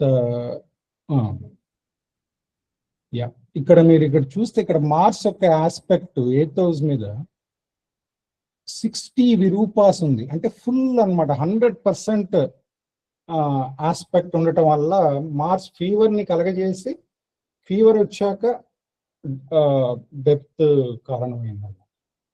అట్లాగే జూపిటర్ 2nd లార్డ్ అవటం 7th, ఇది చూసాం. తర్వాత వర్గోత్తమ మనం మంచిగా అనుకుంటాం. ఇక్కడ జూపిటర్ ఇక్కడ చూస్తే జూపిటర్ ఇక్కడ రాశిలో నవాంశాలు వర్గోత్తమంలో ఉన్నాడు. కానీ వర్గోత్తమంలో ఉండటం వల్ల ఏమైందంటే ఇక్కడ ప్రాబ్లం అయింది. ఎందుకంటే బాగా ఎక్స్పాండ్ అయింది అనమాట డిసీజ్, ఎందుకంటే 8th హౌస్ అవటం. తర్వాత అట్లాగే 64th నవాంశ 22nd డ్రకన, ఈ రెండు ఇంపార్టెంట్ చెప్పడంలో. సో ఇక్కడ 22nd డ్రకన విర్గోలో పడింది. విర్గోలో యాక్టివేట్ అవటం వల్ల ఇది clear indication of the death. అట్లాగే సర్పచంద్ర పాయింట్ అని ఉంది, అంటే రాహుకిను చంద్రుడికి మధ్య ఉన్నటువంటి మధ్య బిందువు, అట్లాగే కేతుకిను చంద్రుడికి ఉన్న మధ్య బిందువు. ఈ మధ్య బిందువు ఎక్కడ ఉందో చూసి దాన్ని బట్టి ప్రిడిక్షన్ ఇస్తారు. ఇక్కడ మూన్ రాహు, మూన్ కేతు, ఇక్కడ వీటి యొక్క మధ్య భాగం 6th హౌస్ లో యాక్టివేషన్ పాయింట్ లో ఉంది. అట్లాగే moon Ketu 9th house activation point లో ఉందన్నమాట. తర్వాత గన్న అంట, ఈ కార్నిక్ నాట్స్ అంటాం, ఇది కూడా చెక్ చేస్తే ట్రూ గన్నాండం లేదు, కానీ మిగిలిన కొన్ని తత్వం ఉంది. కరెక్ట్ గా ప్లానెట్స్ దాన్ని ఇది లేదు, గణాంతం లేదు, కానీ గణాంత తత్వం అయితే బలంగా ఉంది. తర్వాత మండియన్ గులిక, ఇవి పాయింట్స్ ఆఫ్ పాయిజన్ అంటాం. అట్లాగే మండి రేవతిలో పడింది గులిక ఉత్తరాభాద్రాలో. సో ఇవి కూడా కొన్ని పాయింట్స్. అట్లాగే గ్రిప్పింగ్ అంటాం, అంటే ప్లానెట్స్ ని రాహు కేతు పట్టుకోవడం అనమాట. గ్రహం అంటేనే సీజ్ కదా. సో ఇది దాని యాక్చువల్ డెఫినేషన్. ఇది లెస్ దాన్ 10 degrees అయ్యి కానీ 12 degrees కానీ తక్కువ ఉంటే ఆ ప్లానెట్ రాహుని నోడ్స్ పట్టుకుంటాయి అని చెప్తారు. దాని గ్రిప్పింగ్ అంటాం, గ్రాసం అని తెలుగులో అంటాం. సో డిఫరెంట్ ఇక్కడ చూస్తే ఇక్కడ డిగ్రీ అంటే ఇంకొక కాన్సెప్ట్ ఏంటంటే రకరకాల గ్రిప్పింగ్ ఉంది. డిగ్రీ గ్రిప్పింగ్, నక్షత్ర, పాద హౌస్. సో ఇక్కడ చూస్తే ఈ గ్రిప్పింగ్ లో మిగిలిన భావాలు పనిచేస్తున్నాయి అన్నమాట. తర్వాత అగైన్ మీరు ఈ అరిస్టాని చూడటానికి త్రిపతాక చక్రం వాడతాము. అగైన్ టైం లేదు కాబట్టి నేను ఆపేస్తాను. సో ఇక్కడ కూడా మీరు చూసినా మీకు క్లియర్ గా కనిపిస్తుంది ఈ వేదలు ఎట్లా ఉన్నాయి ఏంటి అని చెప్పి. ఇది ఆర్టికల్లో నేను ఎక్స్ప్లెయిన్ చేస్తాను. అంతేనండి. Thank you sir, thank you. Article నిజంగా ఇవ్వండి, బాగుంటుంది. ఎందుకంటే ఇండివిజువల్ చార్ట్ తీసుకుంటే మనకి మీటింగ్లో కొంచెం టైం పడుతుంది కదా. సో ఆర్టికల్ ఇవ్వండి sir, that's a good article and it gives lot of many points వస్తున్నాయి దాంట్లో. బాలారిష్టం కూడా ఉన్నట్టుంది, అవన్నీ చూసుకోవాలి మనం. ధన్యవాదాలు సార్, చాలా చాలా బాలారిష్టం కనపట్టలేదండి గురుగారు. బాలారిష్టాన్ని చెప్పిన సూత్రం అక్కడ పనిచేయట్లేదు. చూద్దాం అవన్నీ చూద్దాం, మళ్ళీ మనం చర్చ పెట్టుకుంటే బాగుండదు కదా. ఓకే సార్, ధన్యవాదాలు. మనకి 2 వారాలు కూడా ఇంకా మనకి కావాలని అనిపిస్తుంది, కానీ మనం చాలా సమయాభావం చాలా అయింది. అందులో వాళ్ళు రావుకేతులు, అందువల్ల మనం ఏం చేయలేము. మూర్తి గారు మీరు ఏమైనా చెప్తారా 1-2 నిమిషాల్లో? ఎందుకంటే గురువు గారికి టైమే లేదు, ఉంటే ముందు ఇవ్వలేదు. అవును, ఇప్పుడు గురువు గారికి మనం సమయం ఇవ్వాలి. సభకు నమస్కారం. అంటే ఏం లేదు, ఒక చిన్న పాయింట్ నేను మొన్న చెప్పిన దానికి అనుగుణంగా చెప్దామని అనుకున్నాను. ఇప్పుడు మొన్న జనరలైజ్డ్ గా మాట్లాడాము. ఇప్పుడు రాహుకేతువుల ఇన్ఫ్లుయెన్స్ మన ఫీమేల్ చార్ట్ లో ఎలా ఉంటుంది అని, అది ఒక్కటి జస్ట్ ఒక 2 నిమిషాలు చార్ట్స్ సార్. మన మీటింగ్ లో ఇండివిజువల్ చార్ట్స్ తీసుకుని ఎక్స్ప్లెనేషన్ ఇవ్వద్దు మనం, ఎందుకంటే టైం చాలా కన్స్యూమింగ్. ఇండివిజువల్ చార్ట్స్ కాదు స్వామి, ఫిమేల్ చార్ట్స్ లో రాహుకేతు ఇన్ఫ్లుయెన్స్ ఎలా ఉంటుంది. జనరల్ గా ఫిమేల్స్ గురించే మాట్లాడుతున్నాను నేను, ఒక పర్టికులర్ వ్యక్తి గురించి కాదు. ఇప్పుడు ఫస్ట్ మెన్సెస్ సైకిల్ స్టార్ట్ అయితే ఏ నక్షత్రంలో? స్వాతి, శతభిష రాహు నక్షత్రం అయితే, మఖ, మూల, కేతు నక్షత్రాల్లో బాగుంటుంది వాళ్ళకి. తర్వాత డ్యూరింగ్ ఎక్లిప్స్ లో కనుక వాళ్ళు మెన్సెస్ అయితే, ఫస్ట్ మెన్సెస్ సన్ ఆర్ద్రలో కానీ అది బాగుండదు. అంటే రాహు నక్షత్రం సన్ ఆర్ద్ర నక్షత్రంలో ఉంటే అది అనాస్పిషియస్ అన్నమాట. తర్వాత ఒక అమ్మాయి కనుక ఎడ్యుకేటెడ్ ఆర్ హై స్టేటస్ అబ్బాయిని పెళ్లి చేయాలంటే లగ్న ఆర్ 9th హౌస్ లో రాహు విత్ మెర్క్యూరీ ఉంటే మంచి సంబంధం వస్తుంది అని. అలాగే రాహు ఇన్ లియో అసెండెంట్ లో ఉంటే they will have good married life. Ladies, ఇది లేడీస్ జనరల్ ఫీచర్స్ చెప్తున్నాను స్వామి. రాహు 7th హౌస్ లో ఉంటే డిలే ఇన్ మ్యారేజ్, ఎవరు లేడీస్ చార్ట్ లో. కేతు 7th లో ఉంటే డిలే కాదు కానీ అన్హ్యాపీ మ్యారీడ్ లైఫ్. అలాగే ఒక లేడీ చార్ట్ లో కనుక afflictions to 8th house or its lord by Rahu Ketu base chart లో కానీ నవాంశ్ లో కానీ ఉంటే అన్కన్వెన్షనల్ మ్యారేజ్ అవుతుంది అని ఒక భావన. పోతే ప్రొజని, లేడీస్ కి ప్రొజనికి వచ్చేటప్పటికి రాహు 5th హౌస్ లో ఉంది, సాట్రన్ నవాంశ, సాట్రన్ సైన్ ఇన్ నవాంశ్ లో ఉంటే బహుపుత్ర యోగంట, మెనీ చిల్డ్రన్. రాహు కనుక 10th హౌస్ లో ఉంటే any ladies or limited children. Rahu 5th house లో ఉంటే అలాగే సాట్రన్ నవాంశ్ లో ఉండి loss of children or children లేకపోవడం కూడా ఆస్కారం ఉంటుందట.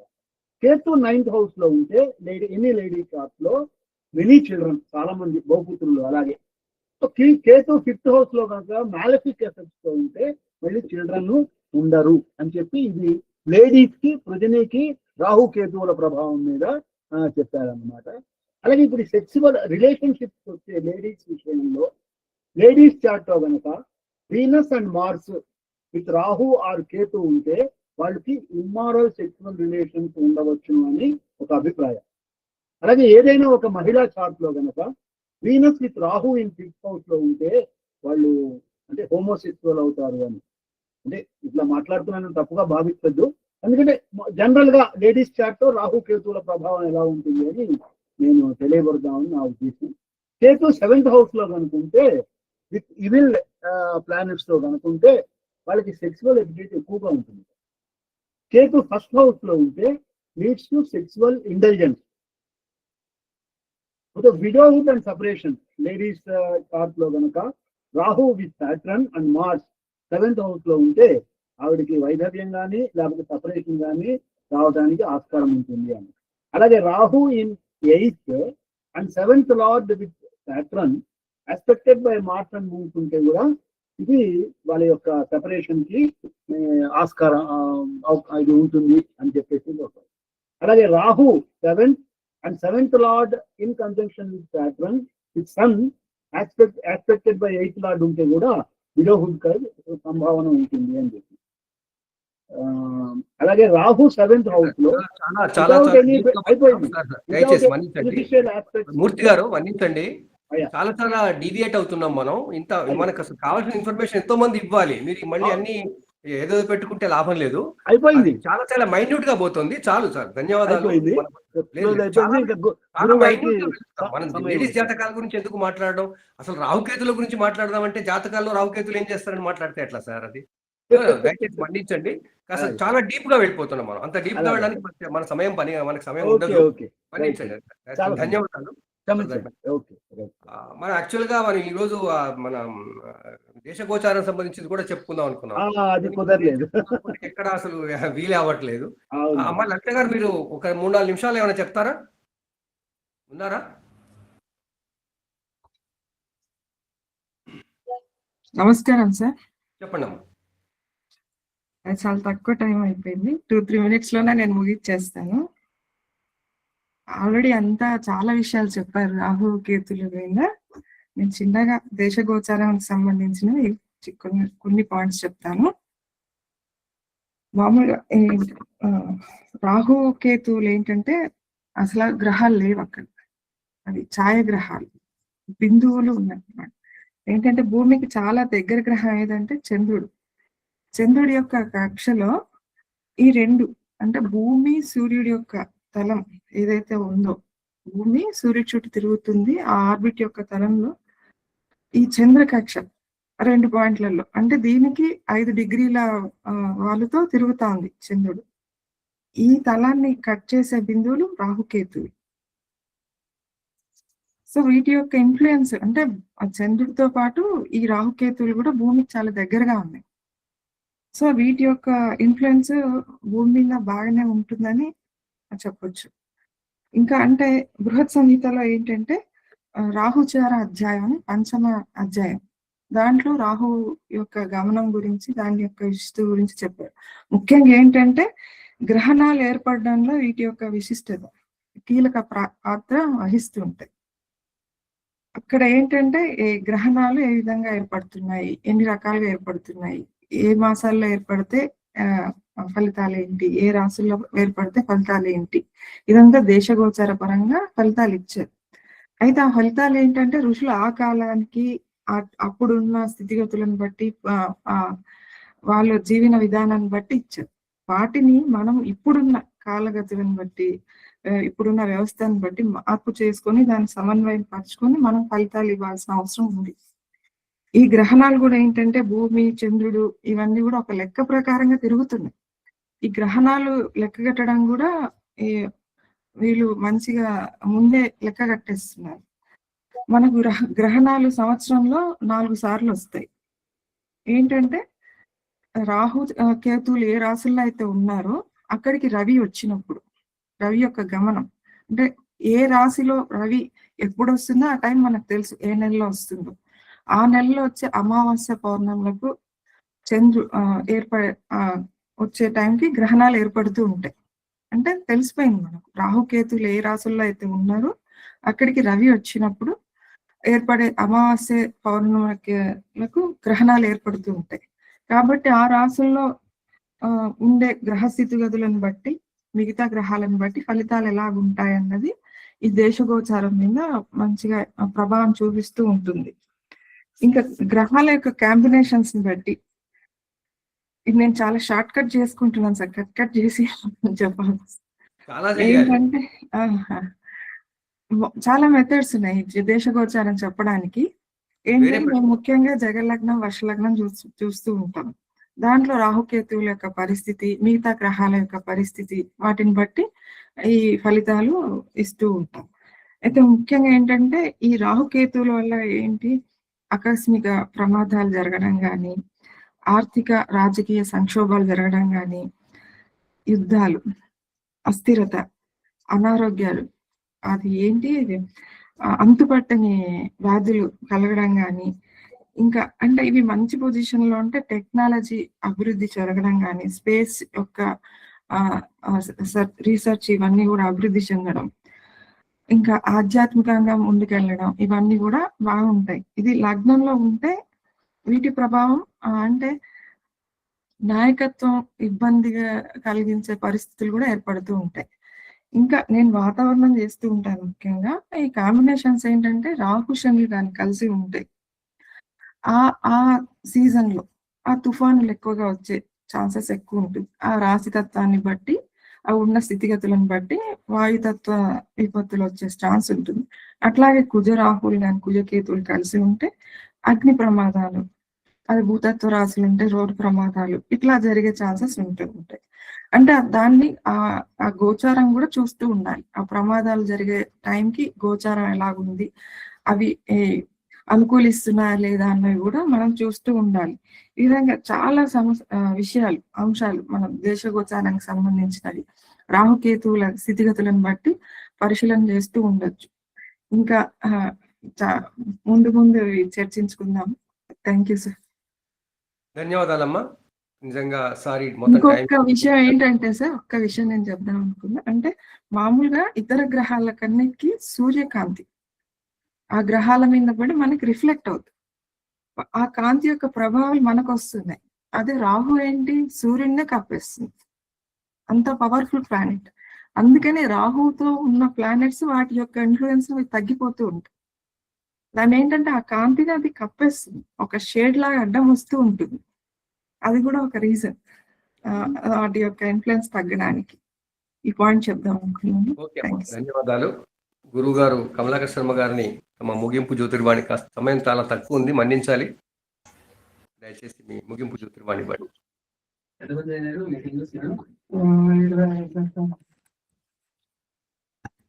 योदेव सवितास्माकं धियो धर्मादिगोचराः प्रेरयेत् तस्य यद्भर्गः तद्वरेण्यमुपास्महे.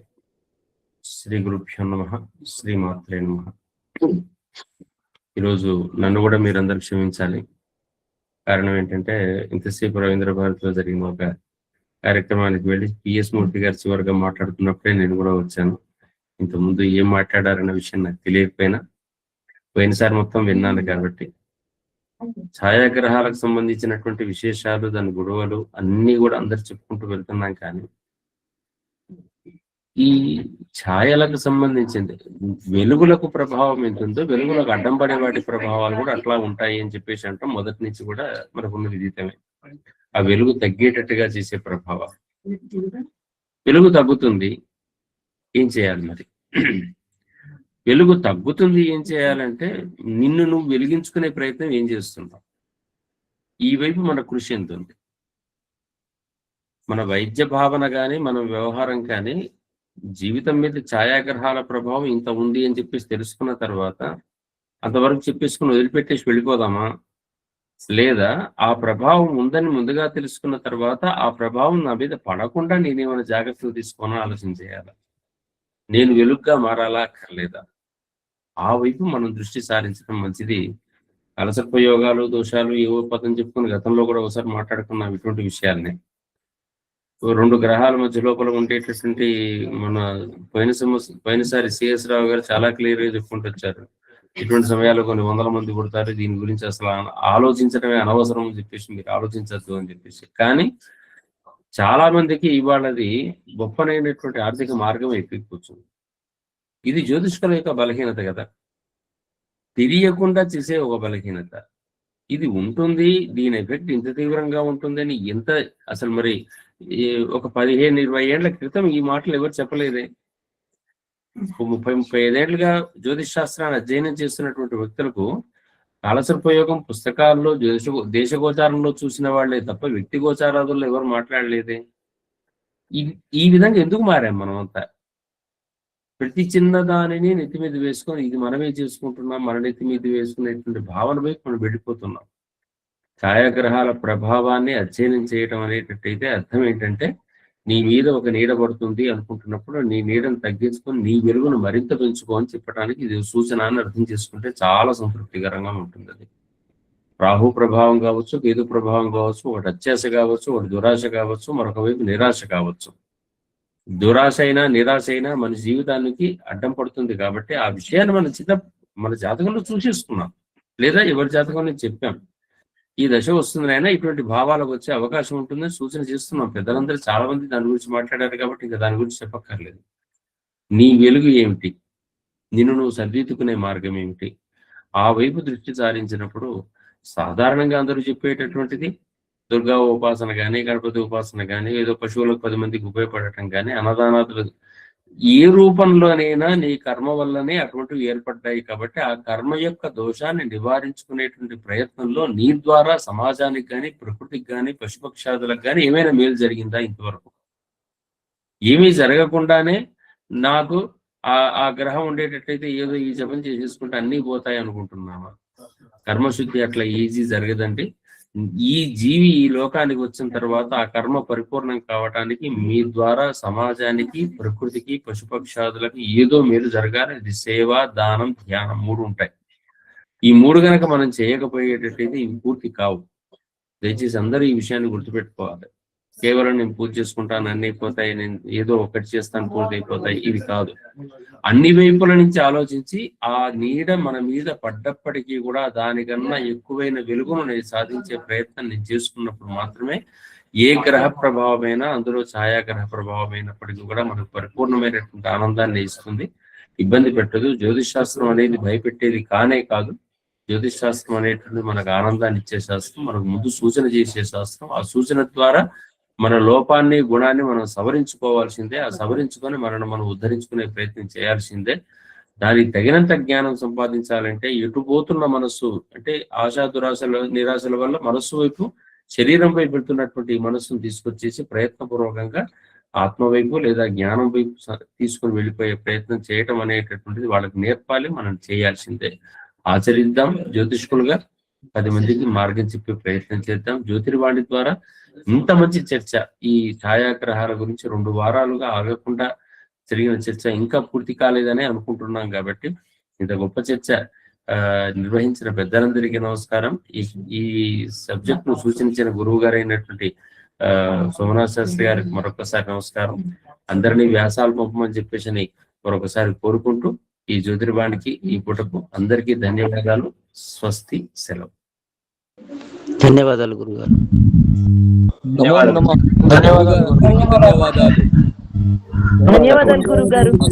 ధన్యవాదాలు గురుగారు. ధన్యవాదాలు సార్. ధన్యవాదాలు గురుగారు. గురుగారు ధన్యవాదాలు.